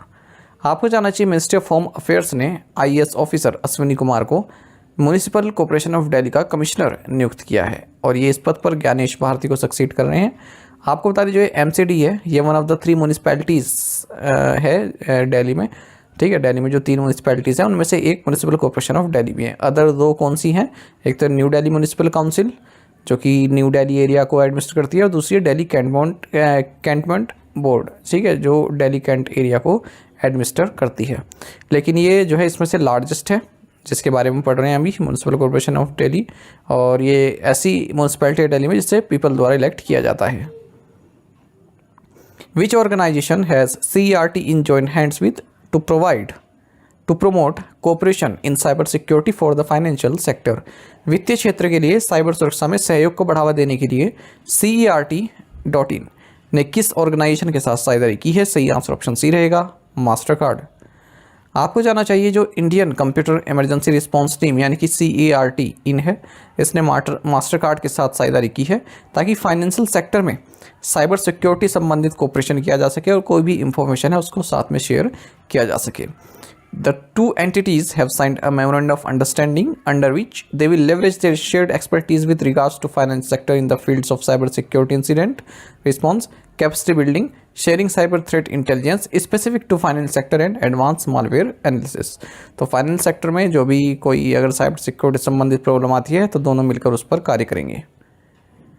CERT आप सभी जानते हैं गवर्नमेंट ऑर्गेनाइजेशन है, ministry of electronics and information technology government of India के तहत आती है, और जो section 70B of information technology act 2000 है उसके तहत कोई भी साइबर संबंधित कोई इंसिडेंट होता है तो उसको यही देखती है CERT।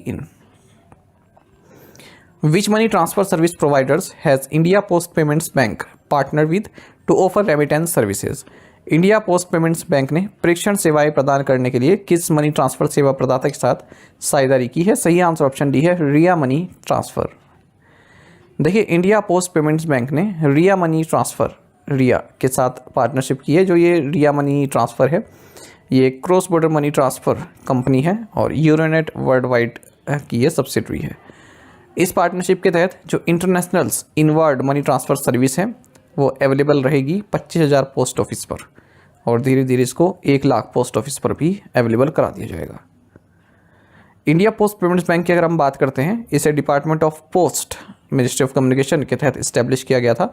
गवर्नमेंट ऑफ इंडिया इसमें 100% ओनर है और इसको लॉन्च किया गया था 1 सितंबर 2018 को, और इसके MD एंड CEO हैं R Vishweshwaran. Which edition of world food India will be held in 2024? World food India का कौन सा संस्करण 2024 में आयोजित किया जाएगा? सही आंसर ऑप्शन बी है थर्ड। देखिए, वर्ल्ड फूड इंडिया का थर्ड एडिशन जो है आयोजित किया जाना है आने वाले समय में। तो उससे पहले union minister of food processing industries Chirag Paswan और union minister of state for food processing industries and railways Ravneet Singh, इन्होंने वर्ल्ड फूड इंडिया 2024 के लिए एक वेबसाइट और मोबाइल एप्लीकेशन को लॉन्च किया है। आपको बता दें, जो वर्ल्ड फूड इंडिया है ये इंडिया का लार्जेस्ट फूड इवेंट है और 19 से 22 सितंबर 2024 के बीच में आयोजित किया जाएगा। What is the total outlay for the viability gap funding scheme for offshore wind energy projects? अपतटीय पवन ऊर्जा परियोजनाओं के लिए व्यवहार्यता अंतर वित्त पोषण योजना का कुल परिव्यय कितना है? सही आंसर ऑप्शन बी है 7453 करोड़ रुपए। देखिए, महत्वपूर्ण क्वेश्चन है, थोड़े बोरिंग होते हैं स्कीम वाले, लेकिन होते महत्वपूर्ण एग्जाम पॉइंट ऑफ व्यू से। तो सही आंसर इसमें क्या बताया मैंने आपको? बी, 7453 करोड़ रुपए। देखिए, यूनियन कैबिनेट ने जो ऑफशोर विंड एनर्जी प्रोजेक्ट्स हैं उनके लिए वायबिलिटी गैप फंडिंग स्कीम को अप्रूव कर दिया है। टोटल बजट रहेगा 7453 करोड़ रुपए, जिसमें कि 6853 करोड़ रुपए 1 gigawatt offshore wind energy projects के लिए है, जो कि गुजरात और तमिलनाडु में बनाए जाएंगे। वहीं 600 करोड़ रुपए इन 2 पोर्ट्स के अपग्रेडेशन के लिए है। जो ये वायबिलिटी गैप फंडिंग स्कीम है, ठीक है, ये national offshore wind energy policy जिसे 2015 में नोटिफाई किया गया था, उसके इम्प्लीमेंटेशन के लिए काफ़ी महत्वपूर्ण है और ministry of new and renewable energy nodal ministry है इन प्रोजेक्ट्स के लिए।